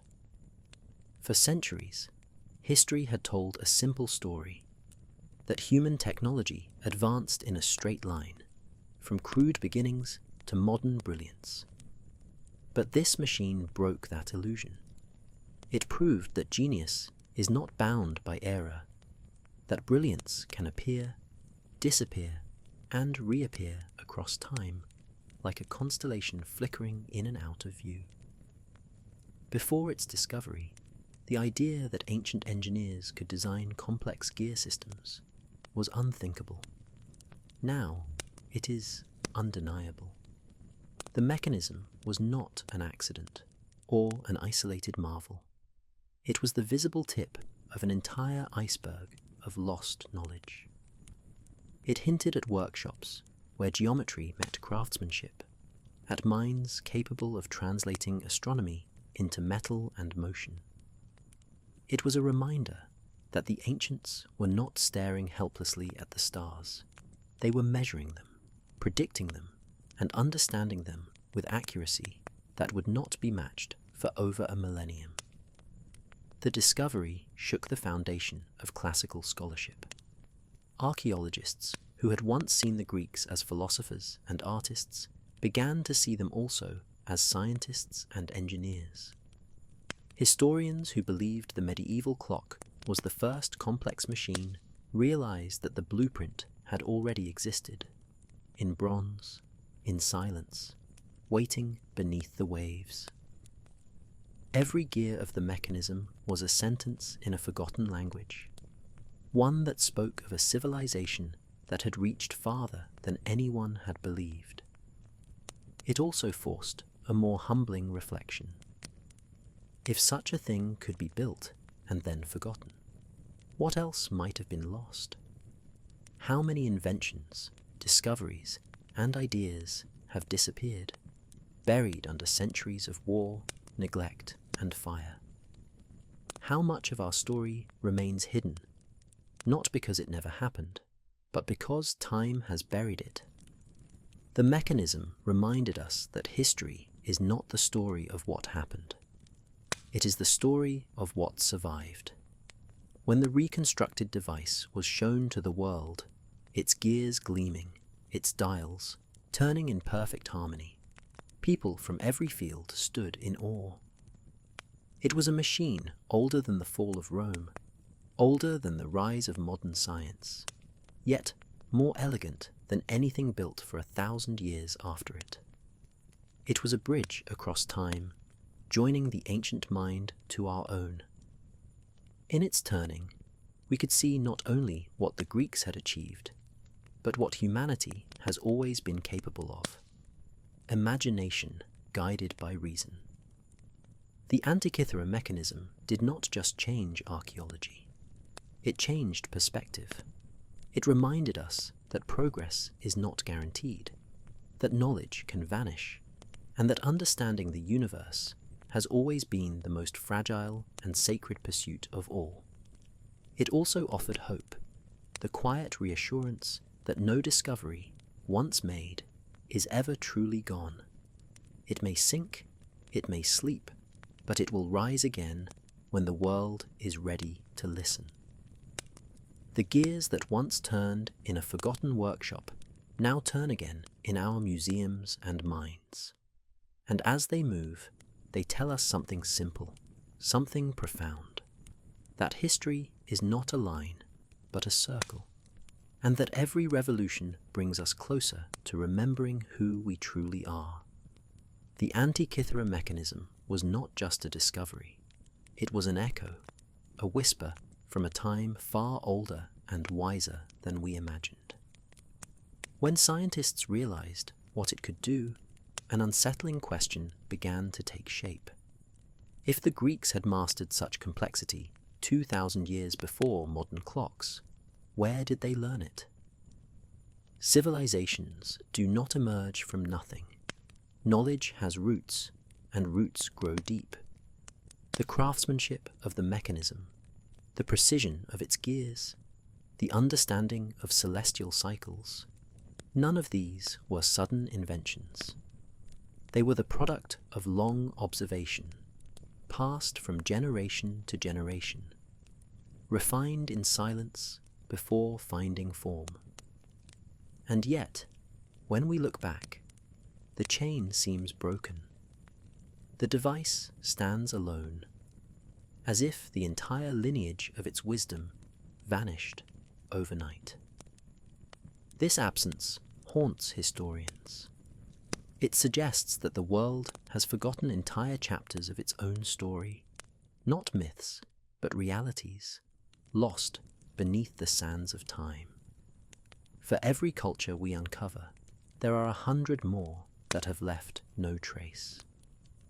Their tools have turned to dust, their cities to ruin, their books to ash, and still the memory of their knowledge lingers, faint but undeniable, in creations like this one, fragments too advanced to belong neatly to their age. Some scholars believe that the roots of this genius may reach beyond Greece, back to Babylon or Egypt, where the motions of the heavens were tracked for thousands of years before philosophy gave them names. The Greeks inherited those observations and transformed them into geometry, into mechanism, into reason made visible. But perhaps even those civilizations were not the beginning. Perhaps they too were heirs to something older, something lost. An age when the stars were studied not as mysteries, but as systems. Every once in a while, archaeology finds traces that seem to confirm this suspicion. An ancient stone carved with impossible precision, a tool that shouldn't exist in its layer of earth, a story preserved in myth that hints at knowledge long before its supposed birth. The Antikythera mechanism joined that pattern, not as speculation, but as proof that brilliance once bloomed, disappeared, and waited to be found again. To the modern mind, it is humbling. We like to believe that progress is ours alone, that we are the first to master the universe's language.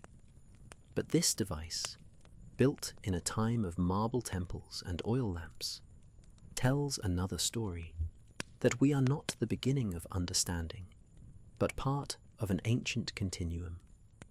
It is as though each civilization rediscovers a truth that has always been there, forgotten and remembered in cycles. Like the very heavens, the mechanism was built to measure. The echoes of lost civilizations do not speak through ruins or monuments. They speak through ideas that survive when everything else has faded. And when the Antikythera mechanism was lifted from the sea, it was not only a machine that was rediscovered, it was a voice, distant, clear and ageless, reminding us that human genius does not belong to the present. It belongs to all of time. Civilizations, like people, remember and they forget. Their memories are written not in neurons, but in stone, metal, and language. Every invention, every discovery, every library is an act of remembrance, a way of saying we were here and we knew. But memory, even on the scale of empires, is fragile. It can burn, it can sink, it can be silenced. And when it vanishes, the world forgets not just what was built, but what was possible. The Antikythera mechanism is one of those memories that refused to die. It survived the storms, the centuries, and the weight of the sea to remind us that progress is not a straight road, but a circle, a rhythm of awakening and amnesia. Each time humanity learns to understand the universe, it also seems destined to lose that understanding and begin again. There was once an age of stars, the astronomers of Babylon, who mapped the heavens with naked eyes and recorded the movements of Jupiter and Venus on clay tablets. Then came the engineers of Alexandria, who turned those patterns into motion and built the first machines.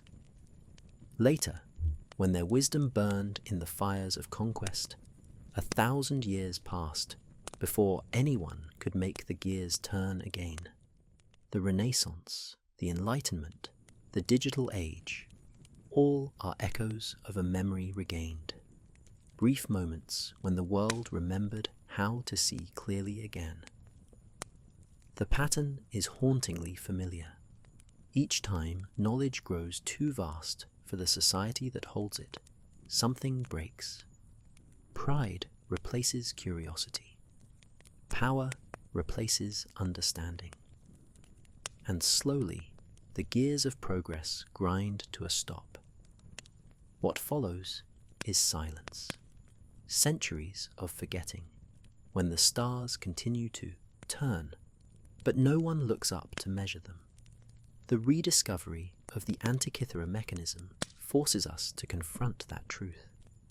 It is a mirror held to our own age, a warning that even the brightest minds can be swallowed by time if their knowledge is not preserved. We build machines of infinite complexity today, computers that calculate the very birth of the cosmos, yet we are still vulnerable to the same forgetting. one disaster, one fracture in the chain of continuity, and much of what we take for granted could vanish as completely as the workshops of Rhodes once did. But there is another side to the pattern. Each time we forget, we also rediscover. Each age of silence is followed by an age of curiosity. The mechanism lay buried for 2,000 years, but the moment it surfaced, its message was understood. It spoke across time to minds ready to listen again. That is the resilience of human memory, that even when lost, it waits.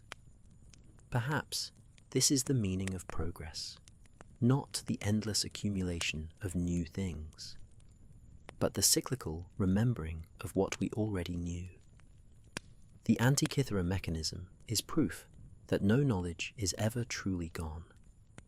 It turns still, not just in museums, but in the imagination of every generation that rediscovers wonder. Our task is not to surpass the ancients, but to remember them, to keep the gears of memory turning. Because once they stop, the night returns, and the only thing that brings back the dawn is the moment we begin to ask questions again.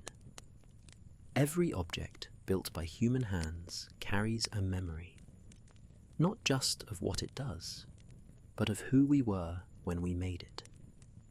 Stone remembers the pressure of the chisel. Bronze remembers the heat of the forge. And in that memory, the past finds a voice. The Antikythera mechanism speaks in this way, not through words, but through motion. It is a language of precision, a message from a civilization that no longer exists, yet somehow still speaks to us when its gears begin to turn. When modern scientists rotate its handle, they are completing a gesture first made more than 2,000 years ago. That simple act connects two worlds, one lit by oil lamps, the other by screens, both staring upward at the same sky. The device does not speak of empires or wars, but of wonder. It tells us that long before us, people watched the heavens with the same curiosity, the same questions, the same desire to understand. And though their temples have crumbled, their cities long turned to dust, the motion of their thoughts still lives inside this small box of bronze.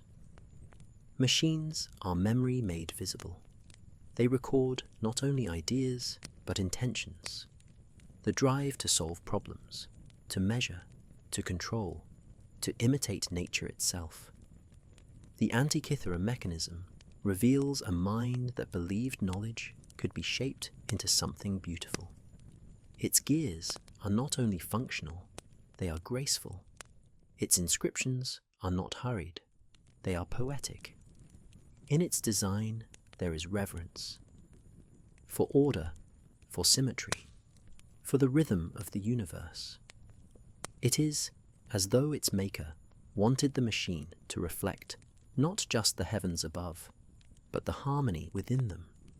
When we build, we do the same. Our computers, satellites, and telescopes are today's versions of that ancient dream, to understand the cosmos by recreating its logic. We think of ourselves as advanced, but the truth is simpler and more humbling. We are continuing a conversation that began thousands of years ago. The Antikythera mechanism was one of the first sentences in that conversation, a sentence written not in ink, but in gear and motion. Each time it is studied, scanned, or reconstructed, it speaks again.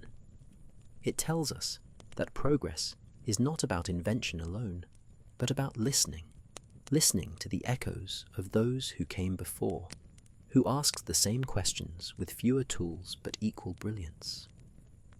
It reminds us that every age believes itself to be at the pinnacle of understanding, until something from the past returns to show how far we still have to go. The past does not whisper through ruins or monuments. It speaks through the things that move, through the wheel, the pendulum, the mechanism. And when those things move again, they carry with them the heartbeat of their makers. The Antikythera mechanism is not a relic of a dead civilization. It is a living message, turning still, saying across 2,000 years, we looked up and we understood. There are moments in history when the past does not return with thunder or revelation, but with a whisper. The rediscovery of the Antikythera mechanism was one of those moments. It did not shatter our understanding of the world. It gently corrected it. It reminded us that brilliance is not modern, that intelligence is not progress, and that knowledge, no matter how deeply it sinks, has a way of resurfacing when the world is ready to remember.